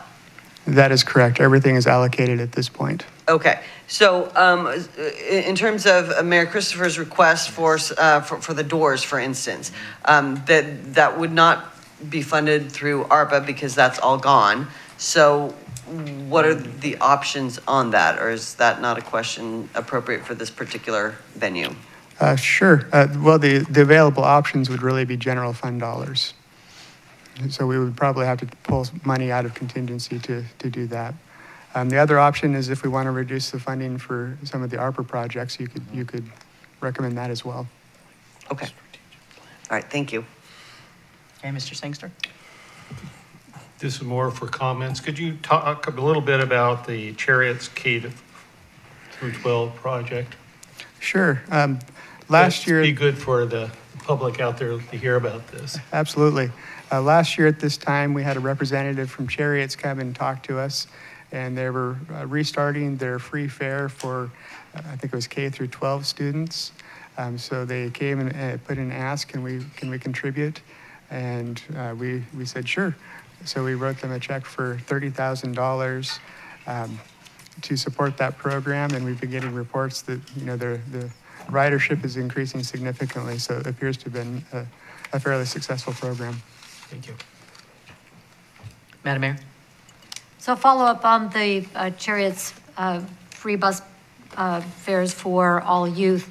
That has been, to put it extremely mildly, over the moon successful, to the point where permanent funding is being sought for that. This was a one-year pilot. It was a partnership, City of Keizer, City of Salem, School District, a great partnership to support being able, our youth and kids to be able to ride without having to pay. And the result has been fabulous for individuals, for families, for youth needing to be able to stay after school for programs and so forth. The results have been fantastic. And we've been getting monthly reports from Chariots, and they're also on their website. So that investment has paid off time and time and time again, and they are seeking now permanent funding through other means, not coming back to us. We helped with the proof of concept, and that was so powerful that they are now looking for permanent funding. Thank you. Councilor Cross. Thank you, Madam Chair. Just a few questions. So on the $650,000 for strategic planning, and just kind of following up on Councilor Reed's, like we're using up and allocating all the ARPA funds, what is that? How many contracts is that? That's a lot of strategic planning. Well, it's really yet to be determined. I mean, that's really the outfall of our process that we're currently in. So I guess if we're looking for dollars for the Heritage Foundation, sure, we can allocate some of this, and there may be some cost savings that float through. That specific $650,000, I mean, that's really, you're looking at if we want to do streetlight initiatives, if we want to do sidewalk initiatives, library initiatives. I mean, those are just some of the topics that have been brought up during the current strategic planning I hear you. process. My follow-up on that would be it's more than double of what you budgeted in 2022-23. And then tell me again about the city-owned property improvements. I heard storage for the Civic Center, and then again, that's a pretty big number. Oh, Councilor Clark, if I could come back to that, Madam Chair. The $650,000 is not for the strategic planning services. That's covered, and the $650,000 is for seed money to do whatever projects come out of that process. So, we could find $32,000 out of there to fund ADA improvements at the cultural center? That would be an option too. I also think there's probably some savings under the employee development and training that we could also come up with. Yeah, well, that was my next one, so thanks for bringing that up, because that, again, is about $1,000 an employee. Don't we have 102 employees? Yeah, most of that is done in the $60,000 that's there. So I don't think there's a great need for the rest of that 100,000. And the city-owned property improvements, again, I heard the storage, and what were the other big things added up to that big number? That is the number for the event center addition. So we're doing construction, tearing down walls, and adding storage space. So just adding storage, nothing else like audiovisual, nothing like that? Nope. Okay.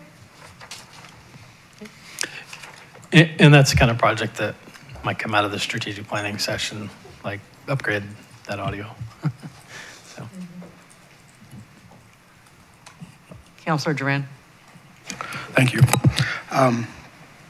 So we projected 50,000 for last year for the strategic planning.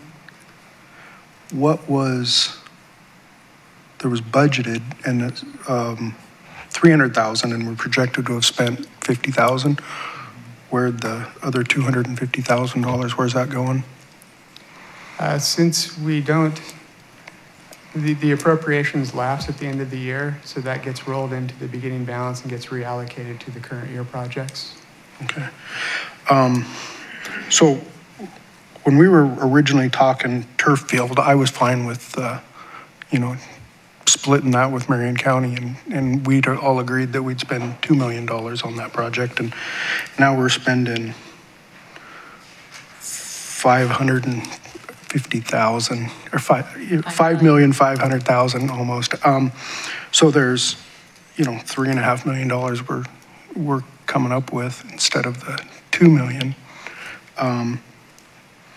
So yeah, this is the first time we've actually talked about this, and I want to make sure that this doesn't just get brushed aside, because I don't really want to spend. I was hoping we were going to have some money left over. We have another year to allocate this money, and I was hoping we'd have some set aside for future projects instead of spending it all on this turf field. So I would definitely like to make sure we talk about this. Melissa. I have kind of a follow-up to that too. I don't know if this is the appropriate venue, but one of the concerns that I raised last year was that this was a one-time expenditure that could have a long-term impact on our budget operationally. And so I'm kind of curious about how the turf field, if we do end up allocating that money for the turf field, how that's going to be paid for and what kind of impact it will have on our already tight budget. So we did a pro forma on it, and it was approximately $30,000 a year was the net cost. Follow up to that. What about every, 6 to 8 years that needs to be replaced? Is that also part of that $30,000 per year, or how are we? Yes, yeah, that pro forma included replacement costs into a sinking fund, so that after 10 years, when it is the life expectancy, that the money would be in place to replace it.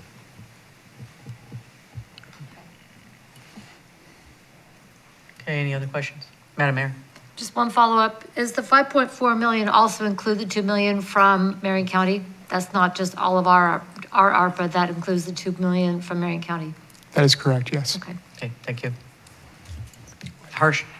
Just a question to Mr. Brown. Is there an additional money coming from the state for the turf project? We sure hope so. It's been put in to a capital funding request by Representative Mannix. And so we're hoping that comes through. And we also are going to do a capital fundraising campaign to see if what money we can raise locally. What amount are we anticipating from the state? Well, the request was for 1 million from the state, and then we are looking at a target of 1 million to raise locally. Okay. Yeah, in which case that could come down. We still don't have any firm numbers on the project. They're imminently due within the next month, but we'll know a lot more in about 5 weeks about. That was going to.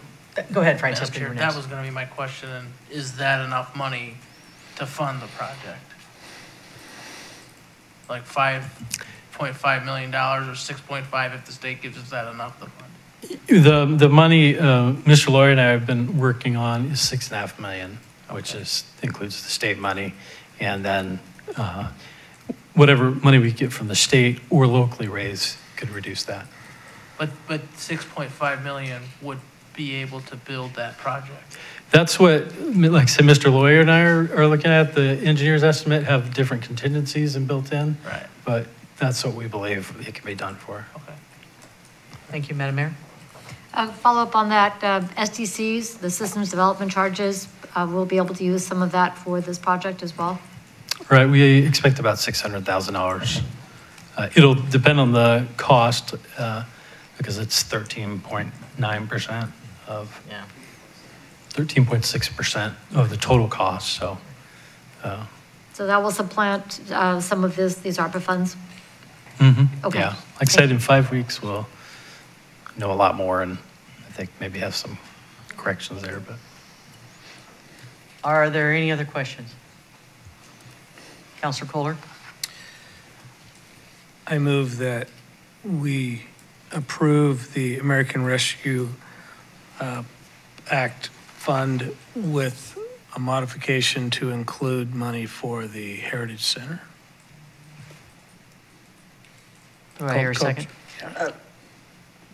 The motion was to pass this, but he would like to add 32,500 for the cultural center ADA requirements. Second. How much? I'm sorry, I didn't hear. 32,500. 32.5.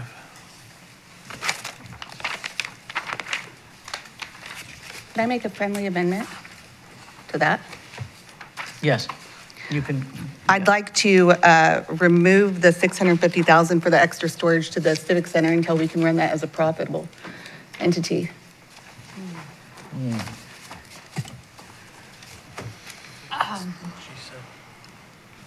Well, both the person who seconded and this person has to accept that friendly amendment. I do not accept that. Okay. Nope. No. Madam Mayor? I have a question on the 32.5. So there was a phase 1, phase 2, and the ADA compliant door. And Lori's not here. I don't know if Barbara knows. No, you don't. Okay. Maybe Laura? I actually texted her that question because I had the same question. I think it would be safer to err on the side of the 32.5, and if that is built into the 25,000, then great.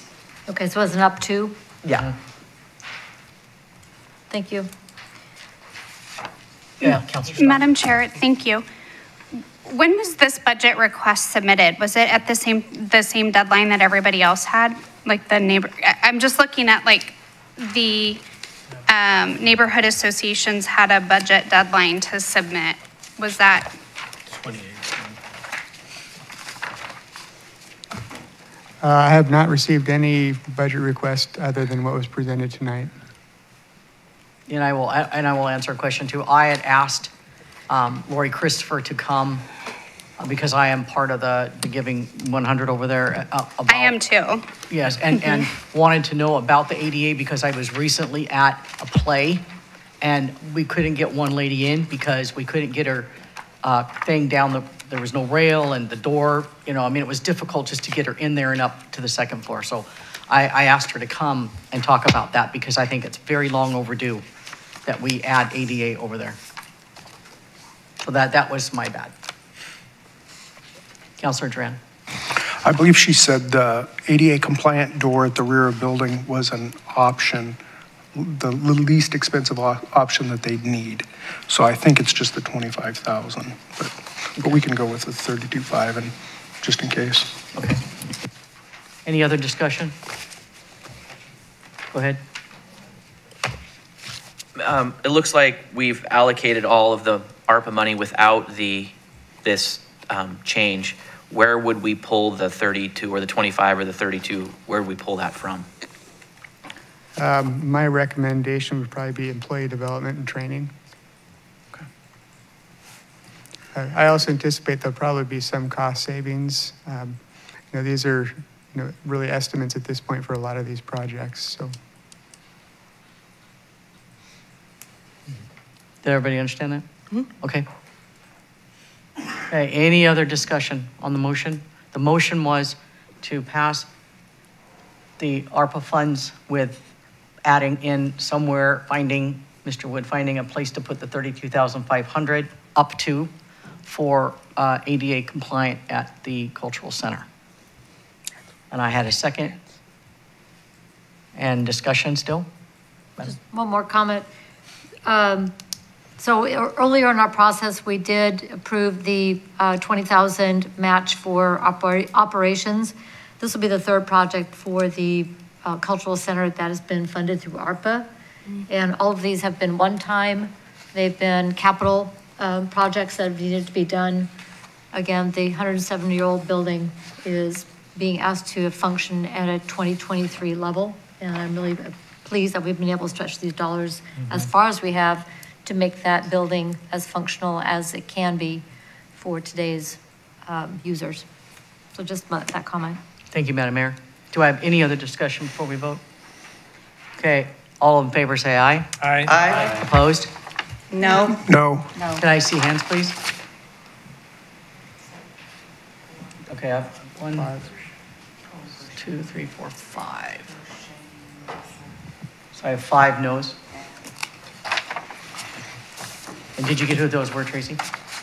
Joanne, Sangster, Star, Melissa, and Cross. 5. 5. Okay. There's 14, so 9 for, 5 against. Can I make a comment? My concern is not over it's just the process that was concerned about. 100%. I'm not against the project, but, the process. I agree with Mr. Sangster. I know it was a last minute, like nobody knew it was coming. It was a last minute. It's all about the process. And I've said it before, the process matters. Thank you, Madam Chair. And I would agree, transparency is very, very important to me. So the process does matter to me. Okay, any other comment? Go ahead, Councilor. So yeah, the turf field, is important, but I don't believe we should be dumping all this money up. I think we should be trying to find another way to fund this and keep a little bit of money set aside we had a whole nother budget cycle we could go through that we could spend that ARPA money on, so for things next year. So I'm just trying to, I hate allocating everything for this turf field because that wasn't my intention originally when I signed on for that turf field. Thank you. Madam Mayor? The question is for Mr. Wood. This budget is for fiscal year '24. What is the deadline for obligating the funds? We'll have one more swing at obligating the funds next year at this time. Okay. And I thought it would be done by the end of '24. It's fiscal '24, not calendar. That's calendar year, December 31st, 2024. We have to have things obligated and then have everything spent and out the door by December 31st, 2026. Okay, thank you. Okay, 2026. Thank you. Okay, any further questions or comments? Okay, we'll move on to the community center, page 147. Moving on to page 147, this is our community center fund. This is for all of the rental venues that we have, I guess directly behind me. We have a fairly large room. We're in the process of getting this ramp back up. We've gotten staffing somewhat in line. We did hire a new event center coordinator middle of last year. We brought on the community center assistant, and we've gotten back our administrative support. So we're in the rebuilding phase. We're currently looking at a rate structure evaluation to make sure that we're charging comparable rates with those in the community. Also throughout Oregon, we are somewhat of a regional location. We have a lot of folks that come use our facilities. We have a lot of government agencies, and we do quite a bit of quinceañeras on the weekends. We have a lot of social events, those kind of things. Right now, as far as rental fees go, we are looking at probably coming in about our third highest this year. That's with a kind of a partial year worth of effort. We're looking to keep that flat going into next year, although I think we'll probably surpass that pretty well, just given the folks that we have on board. This fund also accounts for our hotel motel tax, the TOT. With 2 hotels on board, we've seen a significant increase in that. We're looking at about $250,000 a year as far as TOT dollars go. The excitement is with the Area D out at Keizer Station. If they add a 3rd hotel, we could anticipate probably even more TOT tax rolling in. Those dollars are specifically allocated for tourism-related type of activities. So we allocate those to our event center, which is probably one of the biggest tourist attractions in the city of Keizer. Along with that, we are allocating a part of the TOT dollars to the chamber. In years past, you folks have asked me to work with the chamber to come up with an approximation of what 20% might look like. Historically, that was the rate that we had given them before 2010, 11, 12, that time period. This year, they have come in and asked for approximately $40,000, which represents about 15%. So they're still below the 20% threshold that we've had in the past. This is a $8,900 increase. That is not currently reflected in this budget. So if we want to support the Keizer Chamber request, we would need a motion to amend the existing dollar amounts. As I indicated, this fund directly supports 2 employees plus a handful of temporary on-call kind of folks. Indirectly, it's supported by about a 0.7% employee. As far as the ongoing materials and services, most of those are relatively flat, although we probably will be ramping up our marketing a lot more this year. With that, we also have allocated about $50,000 for next year. We're looking at doing some improvements to the tables, chairs, screens, projectors, also the AV system. With that, I would be free to address any questions. Thank you. Councilor Reed. Thank you, Madam Chair. In the furnishing and fixtures, I heard you at the very last say the AV system. I know the sound is particularly bad in some of those areas. Is that included? Because it's not, it just says tables, chairs, screens, and projectors. Correct. In the footnotes, but the AV is also part of that? A lot of the current issue that we're experiencing is because some of the speakers have been blown out. We didn't realize this. We've kind of learned through the time that when groups bring in their DJs and they set up their DJ speaker system, they have a tendency when they turn it to 11 to blow the speakers. So we're working on putting restrictors in so we don't go and blow the speakers. At this point, I believe we have 3 out that we're working with our consultant to get those replaced. And in fact, they're going to teach us how to replace them ourselves. Thank you. Councilor Starr. Mr. Wood, is $50,000 enough to do drop-down screens, fix the AV, get podiums that have mounted microphones so they don't tumble off during the State of the City address? And I mean, I think the biggest thing is when I'm at an event and I'm looking at a screen like this because it's a pop-up, I just want to make sure that we are budgeting an amount to invest in the Civic Center that takes the presentation of and the use of this building up several notches. And it's not just, to use the ever famous phrase, status quo and good enough. Like, this building we should be able to have conferences and things and have up and down screens rather than just having to do everything manually. Are we confident that $50,000 is enough to pay for all of that? It is going to be a process. I do believe that we have enough allocated to increase the level of service significantly, yes. What do you mean by it will be a process? Well, we've had it for, 10, 12 years, and we've slowly invested in it over time. This is a significant increase in the level of investment. If you go back through the years, there's been a few years where we haven't spent much on repair, maintenance, improvements, capital outlay. So, yep, if we go through, when we go through all of the dollars, I think we'll see a significant improvement. Okay, but we're confident that $50,000 is enough? Yes. Okay. Okay, Councilor Cross. Sorry, Tim, and I appreciate everything you do, but why have you put a bid on any of these chairs or anything? Because I live in this world. So where do you come up with this $50,000 figure, and how many chairs, how many podiums? We're not anticipating replacing everything all at once. So we're going to be phasing in additional chairs, tables, that kind of a thing. Can you walk me through the process of where, along with Councilor President Starr, that AV and perception and having SEDCOR here and having this national prayer breakfast and ringing in our ears, where a closet of storage is more important than these AV? That's audio, visual, and speakers. Can't argue that. I think you have a fair, valid point. I just wondered if I was missing something on that whole process.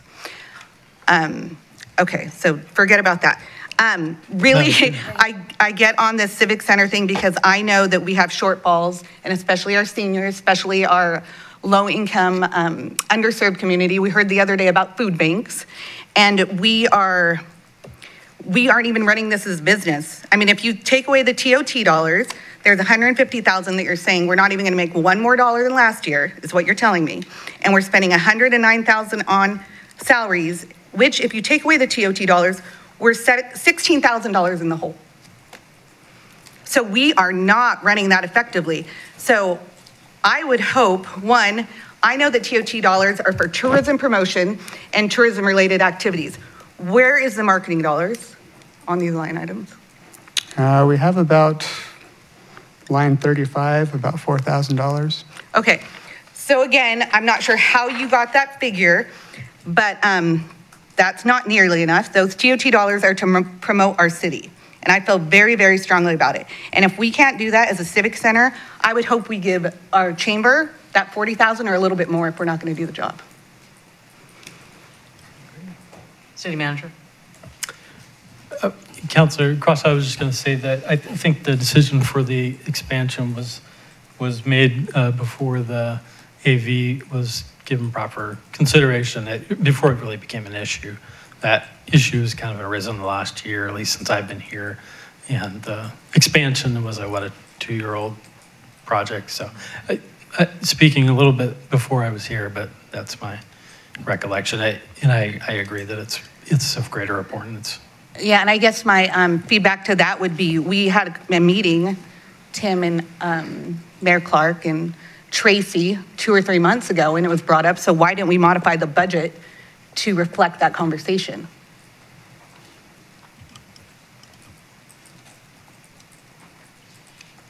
Fair enough. Mr. Wood, any answer to that or no?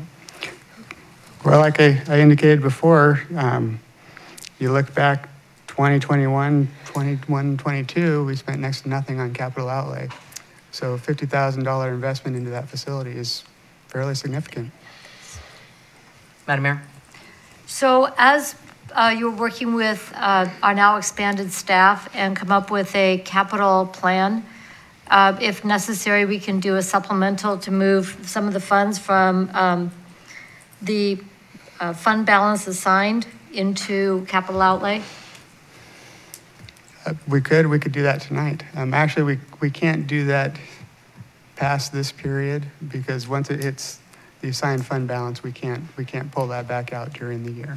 So assigned is a cash, is the carryover that we can't touch it. So we need to move some more money into contingency so that we can move it into a capital outlay as the projects are developed. Would that be a sound step forward? We could definitely do that. Okay.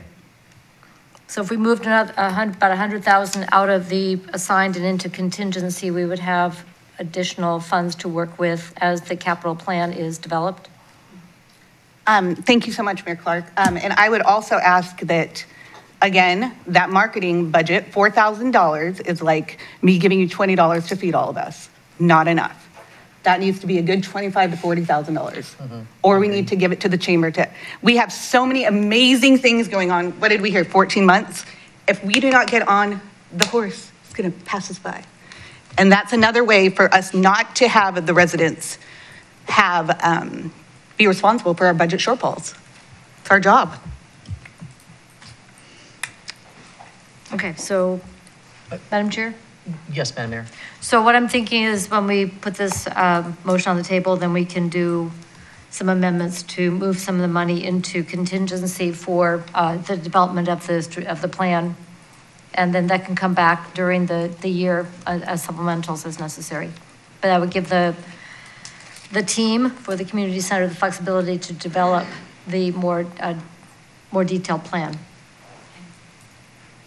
One more thing, Mayor Clark, I would ask that in the meantime, while we're developing this plan, that we do give those extra funds to the chamber to get our word out. I mean, that's what TOT dollars are. Councilor Starr.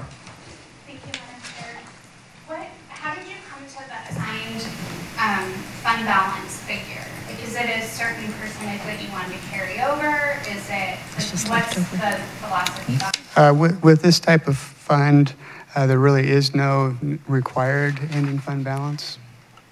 So because the dollars come in on a monthly basis, there really isn't a specific requirement. We just went through and put together what we thought was a reasonable budget.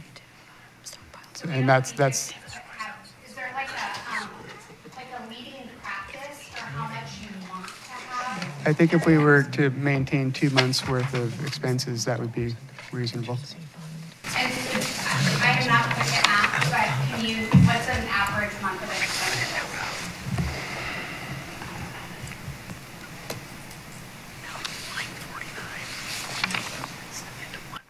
Yeah, about 40 to 50,000 per month. For the Civic Center? Okay. That'd be about 2 months' worth of expenses. 40,000 would be 2 months worth of expenses? Mm-hmm. Okay, so if we left, say, 50,000 and not assigned fund balance, and we moved the remainder into contingency, if we didn't spend it, it would just roll over into the beginning fund balance. That's correct. Okay, so that would be my suggestion.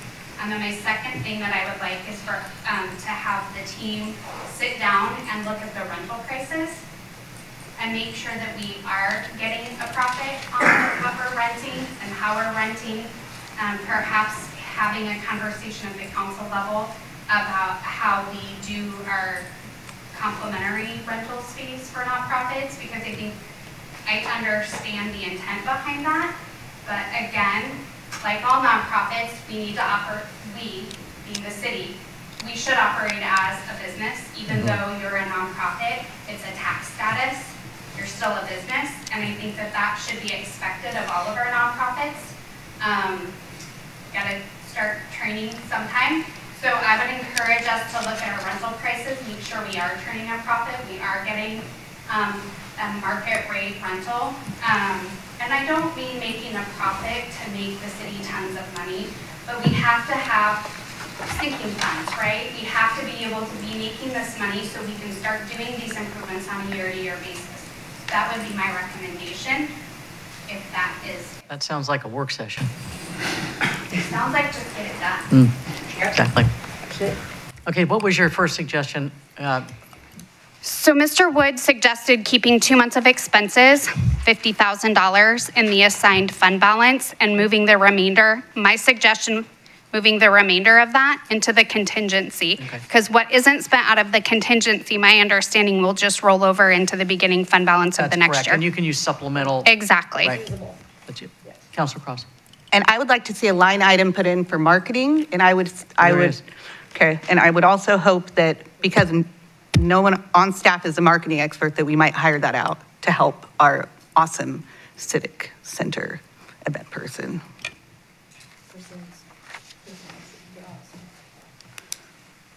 Okay, any other comments? Oh, Councilor Duran. So we need to, I guess, add the 40,000 or up to 40,000 for the Chamber of Commerce. Was that said already? Yes, it was, Councilor Cross suggested that, Okay. yes.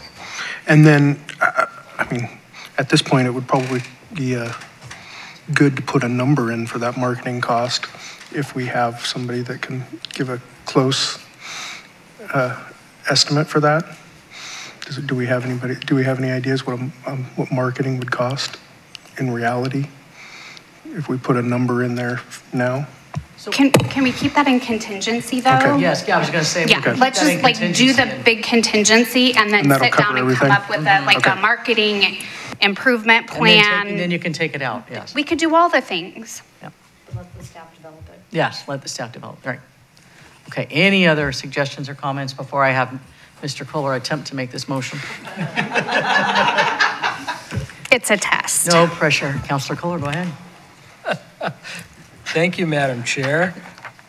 What a great challenge. I move that we take $203,000 out of line 49 and move that to 47, that we develop a line item for marketing. And We have that already. okay. So now the And that we change line 32. line 32 for the chamber to $40,000. Second. And? Hold on, Madam Chair. Hold on. Yes.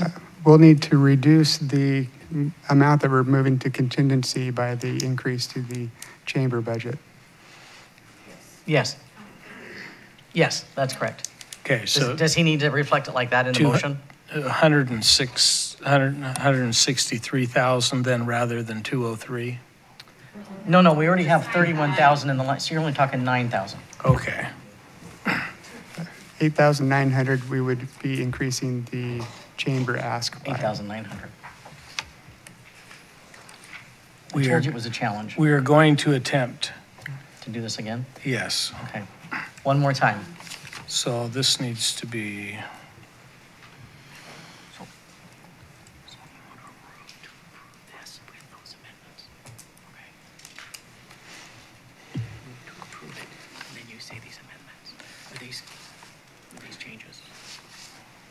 Okay, I move to approve the community center fund budget with the following amendments. Or changes. Thank you. We move $194,000 from line 49 to 47. That we change the chamber, we add $8,900 to the chamber fund to make that a total of $40,000. Is there anything else? I think that was it. Do I have a second? Second. Okay, it's been moved and seconded. Yeah.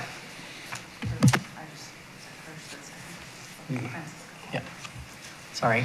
The motion's been made that we approve the community center fund by moving, and with the following changes, we move 194,000 from line 49 to line 47 and increase line 32 by 8,900 to equal 40,000. Off $100, but it's okay.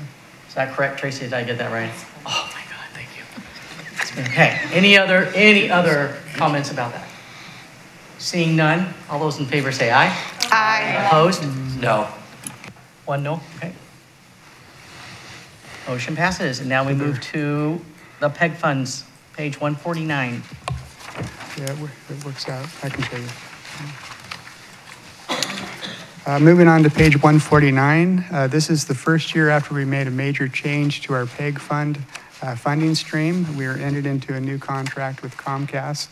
Unfortunately, with the new agreement, this only provides for equipment upgrades and replacements. It no longer provides for the ongoing production services.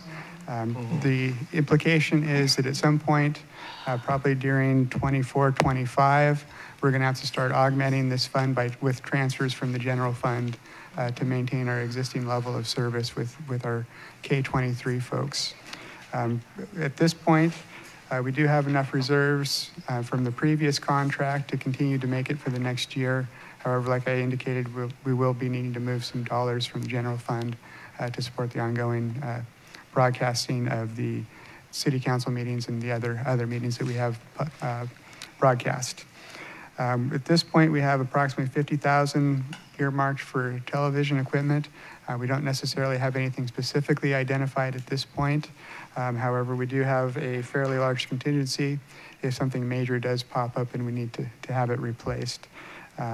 With that, again, this is just for the ongoing production broadcasting of our K-23, our website where we also publish a lot of that stuff, and also to Facebook, Instagram, those kind of places as well. So with that, if there's any additional questions.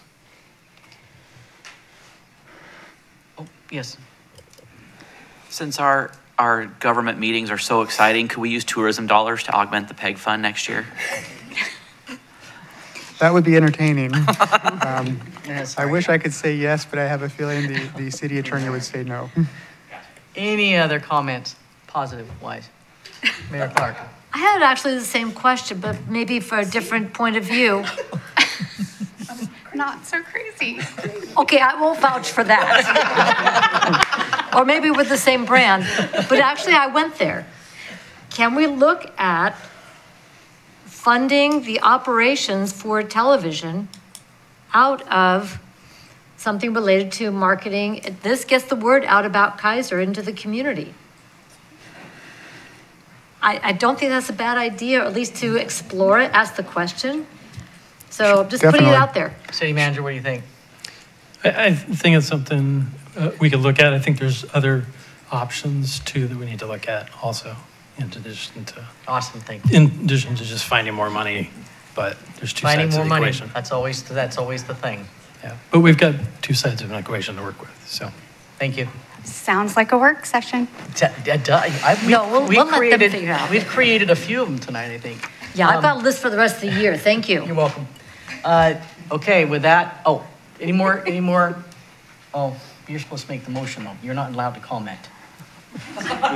Councilor Kohler, go ahead. I'll comment, then make a motion if it's okay. Okay. So the question is, does this bring us up to the ADA requirements that we need to have for Spanish and for other forms of communication to people that can't understand English or maybe can't hear? That's a good question. I don't know the answer to that. I'll have to get back to you. I don't think translation services is an ADA requirement. ASL. Except for ASL. Closed captioning in this case. Yeah. Well, and ASL, yeah. So is it currently closed captioned? I believe there is that option, yes. Okay. I just wanted to make sure that that was included. Okay. I move that we. No, you can't. Councilor Starr. Sorry, Councilor Kohler. We'll talk. If we don't know or we don't have any plans to buy capital equipment, are we putting a number in there? That is correct, yes. Just a placeholder number? Yes. So then what is the restricted for equipment line item in 23? Line 23 is the carryover for the new contract. So that's new dollars with the new contract with Comcast. Those dollars can only be used for equipment purchases. So we will save those, roll them over into next year, and use those dollars to continue to purchase equipment if we need to. So we have to make sure to differentiate between the new money and the old money. Okay. So to follow up on that capital outlay question, let's say we get to a year from now and we I don't know, it's an expenditure that is not capital equipment related. Would we have to do a budget amendment in order to be able to use it out of that capital equipment line item if it's for something that's not a capital outlay? We would not be able to use those dollars. We'd have to find dollars elsewhere. So then my question is, why would we put it in capital equipment under capital outlay versus putting it in a contingency line item? Even if we put it in contingency, it would still be reserved for capital. We can't use the new contract dollars for anything but capital. I'm just talking about the 50,000 television equipment that you said we don't have a plan to buy anything. So if we, why are we, so that's my question. If it's in that line item, it's designated for capital equipment outlay. Why wouldn't we put it in a general contingency in this fund to use for, I don't know, an ASL interpreter if we needed it, or, and I'm not saying that we do, I'm just using that as an example. I know we have closed captioning, but my question is, why would we designate it and then lock up our options to use it? The options are already locked. We don't have a choice with those. We can't just put it in a contingency to do something else for broadcast. We cannot, no. Or jumpsuit. So if it has to do with broadcasting, production and broadcasting, we can't put anything in that line item anymore? So we have the old dollars from the previous contract. As we look at, say, so the projection for 22-23, at this point we have $210,000 or $210,300. That is money from the old contract. We're keeping that separate. So that rolls forward into the new year, and we can use that for ongoing production and broadcasting. The $15,200, that is basically the new contract money less that $50,000 of or less than $40,000 of expected capital outlay. So we're keeping that separate because that's the new money that can only be used for capital outlay. And We're same with trying the to 50,000 in the projected budget, we can own, it, like, there's something in those fees that says 50,000. Madam Mayor, go ahead. Wow. So this is, yeah, when we change contracts, up until this point, we have been able to use our public education and government funds for the entire operation, purchase of equipment and running operations. Under the new contract, we can only use the dollars collected for capital outlay. We cannot use any of it for operations at all. So we've got to keep those two funds very separate so we don't run afoul of the contract. The old money can be used for operations. The new money can be used for capital outlay. So if we make the operations dollars go as long as possible, we can get as much mileage as we can until we figure out another funding stream for the operations portion. So if we don't use the capital outlay this next year, what happens to that money?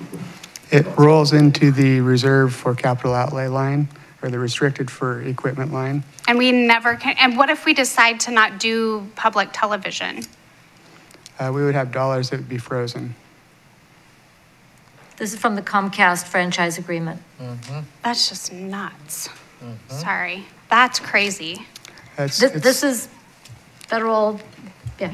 It's really not uncommon for people that operate these kind of operations. We're new to the party with this new restriction for us, but it's not uncommon for other agencies that do this. They just have piles of equipment laying around that, you know, it doesn't make any sense to repair any of it because they have all this dollars locked up, but they don't have any repair and maintenance dollars. So we're going to be slowly moving into that situation where it's not going to make any sense for us to repair anything. We're just going to have piles of equipment, old broken equipment. It's absolutely nuts.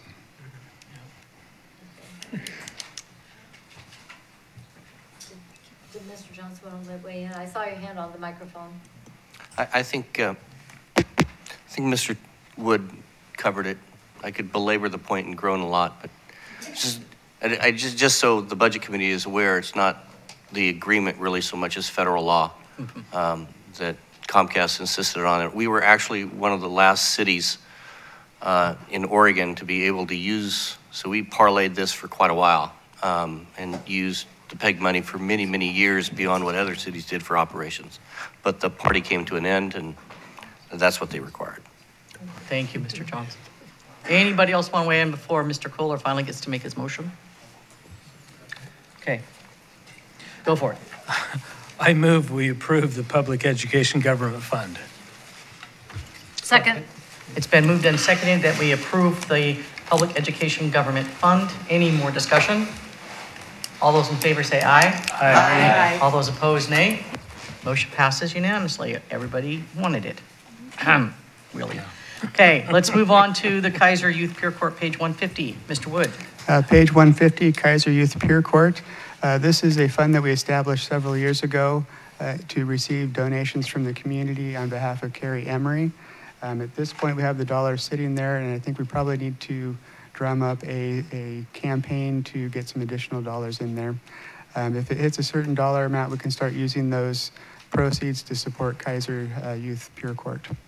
At this point, we're not anticipating any expenditures with this. We're just strictly approving the restricted fund balance. And with that, if there's any questions. Madam Mayor?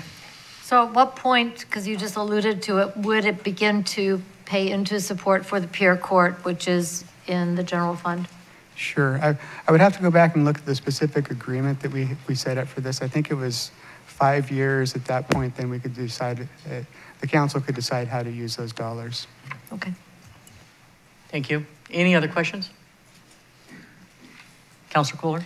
I move we approve the Keizer Youth Peer Court budget. Second that motion. It's been moved and seconded that we approve the Keizer Youth Peer Court. Any more discussion? Okay, all those in favor say aye. Aye. Opposed? Motion carries unanimously. And with that, we'll move page 151, Housing Rehabilitation. Mr. Wood. Page 151 and 152, I say this every year, but they're basically the same. Okay. These are 2 revolving loan funds. These are zero interest loans that we've given out to the community. Once enough of these loans are repaid, we'll start up a new program to get those dollars back out into the community. The first one, the housing rehabilitation loan.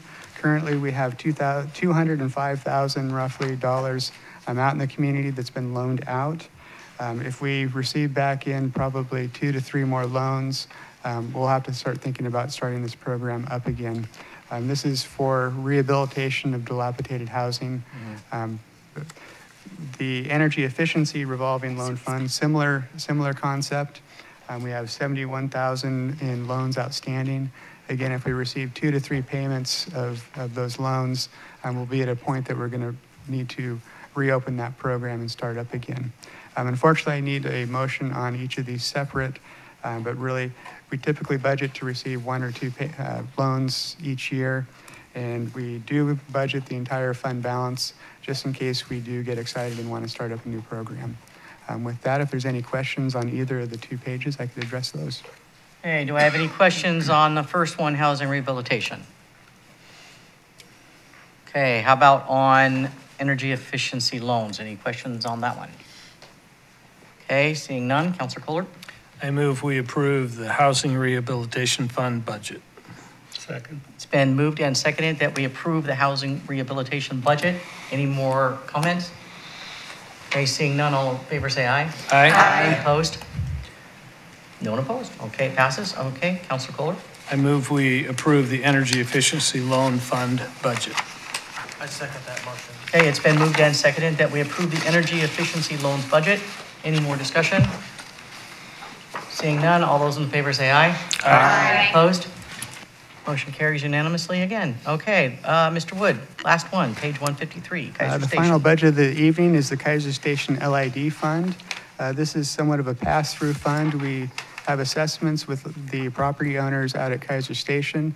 They pay their assessments, and those are related to the initial infrastructure that we put back, I think it was 2008-9 time period. They've been paying faithfully over the years. We turn those proceeds around and give them to the bank to pay off our debt that's outstanding. Currently, we have, we're looking at having the debt paid off probably around 2029. So that's going to be exciting. That's a couple of years sooner than it's actually required to be paid off. At this point, all of the assessment holders are current, so we don't have any collectability issues. So life is relatively good for us right now with this fund. Again, not a lot to see, just assessments coming in and then debt payments going out. With that, if there's any additional questions. Hey, any questions on the Keizer Station LID fund? Hirsch? Just questions. We still own property out in that area that we would be possibly selling in the future? That is correct. Okay. Okay, any other questions? Councilor Kohler? I move we approve the Keizer Station LID Fund budget. Second. It's been moved and seconded to approve the Keizer Station LID budget. All those in favor say aye. Aye. Opposed? Motion passes unanimously. With that, Councilor Kohler? I move we adopt the City of Keizer budget for fiscal year 2023-24 as amended by the Budget Committee. Madam Chair. Just one. If you folks want to correct my park improvement fund lapse yesterday, this would be the appropriate time to make that motion as well. With that one, we were correlating the SDC fees to the number of households that we expected to come on board over the next year. So we reduced the households to 15, which is a 25% reduction. So if you so choose, we can reduce the system development fees from $40,000 to $30,000. And that would... What Tim said. That would correlate. So when he says with amendments, wouldn't that include that? Or does he have to specifically say that? That wasn't amended. Yeah, we haven't amended that one yet. So this would be the point gotcha. that you could amend that. Gotcha, okay. So does he need to say that? So do we need to amend that first or just along with this move? I think Mr. Wood is indicating you want to adopt the Park Improvement Fund as handed out tonight as a separate motion. Oh, it is a separate motion. Okay, so we do that motion first. That would be appropriate to do that motion now before you have that main motion. Sorry for the mix-up. That's okay, no worries. I move what Counselor Johnson said. Sorry. No, that won't work. That won't pass. Try it again. I move we approve the amendments to the Park Improvement Fund. A second? Second. Any discussion on that? Because Tim already explained it.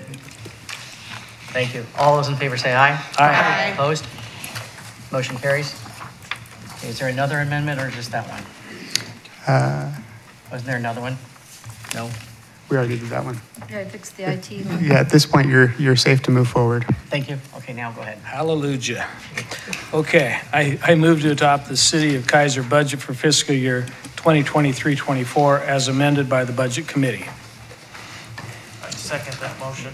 Okay, it's been moved and seconded that we adopt the City of Keizer budget for fiscal year 23-24 as amended by the Budget Committee. Discussion? Seeing none, all those, you have a discussion? You have a question?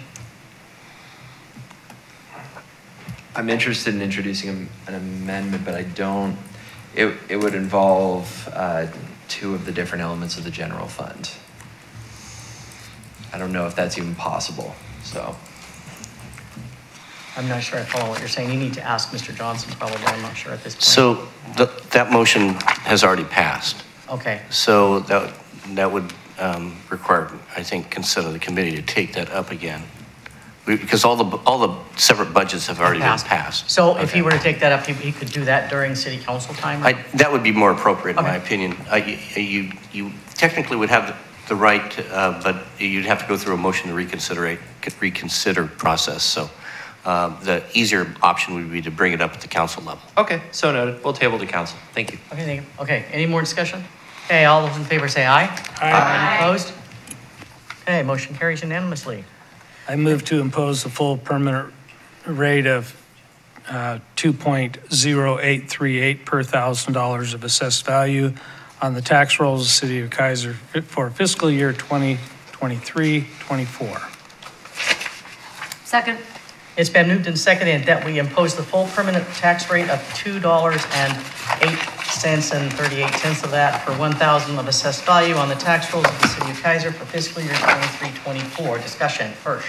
I just want to make note to the general public that this rate has been in place for how many years? Since 1997. So we're not increasing the rate? No. Because we can't. We can't. It's legislative. Okay, any other discussion? Awesome. All those in favor say aye. Aye. Opposed? Motion carries unanimously. That takes us to number 6. I just have a couple closing comments. I want to thank everyone for their time that they've given the last 2 nights, and I'm sorry that I went over my 8 o'clock, so don't punish me. Punish all you guys who talked. Happy birthday to Hirsch again. Happy birthday to Hirsch again, and thank you, staff, for a job well done as always. Yes. Okay. Any other closing comments? Anybody? Oh, Mr. Wood. Mr. Lawyer indicated yesterday that he appreciated the spirited discussion. I also appreciate it. I may look terrified over here, but I'd rather have all of you engaged than not engaged. I feel like we have an impact on our community, and the effort that you folks put into this year's budget discussions is truly appreciated. Again, I may look terrified, but I appreciate what all of you do. And I also appreciate all of the staff that helped me put this budget document together. We have a lot of support throughout the entire city for this process. While it can be tedious and boring at times, I do think that it's important for our community. So thank you, everyone. I appreciate all of the comments and discussions because this is a very, very important committee, probably one of the most important committees we have in the city of Keizer. So again, I say thank you. And with that, we will adjourn at 8:29 p.m. Budget Committee for year 23-24. Boom.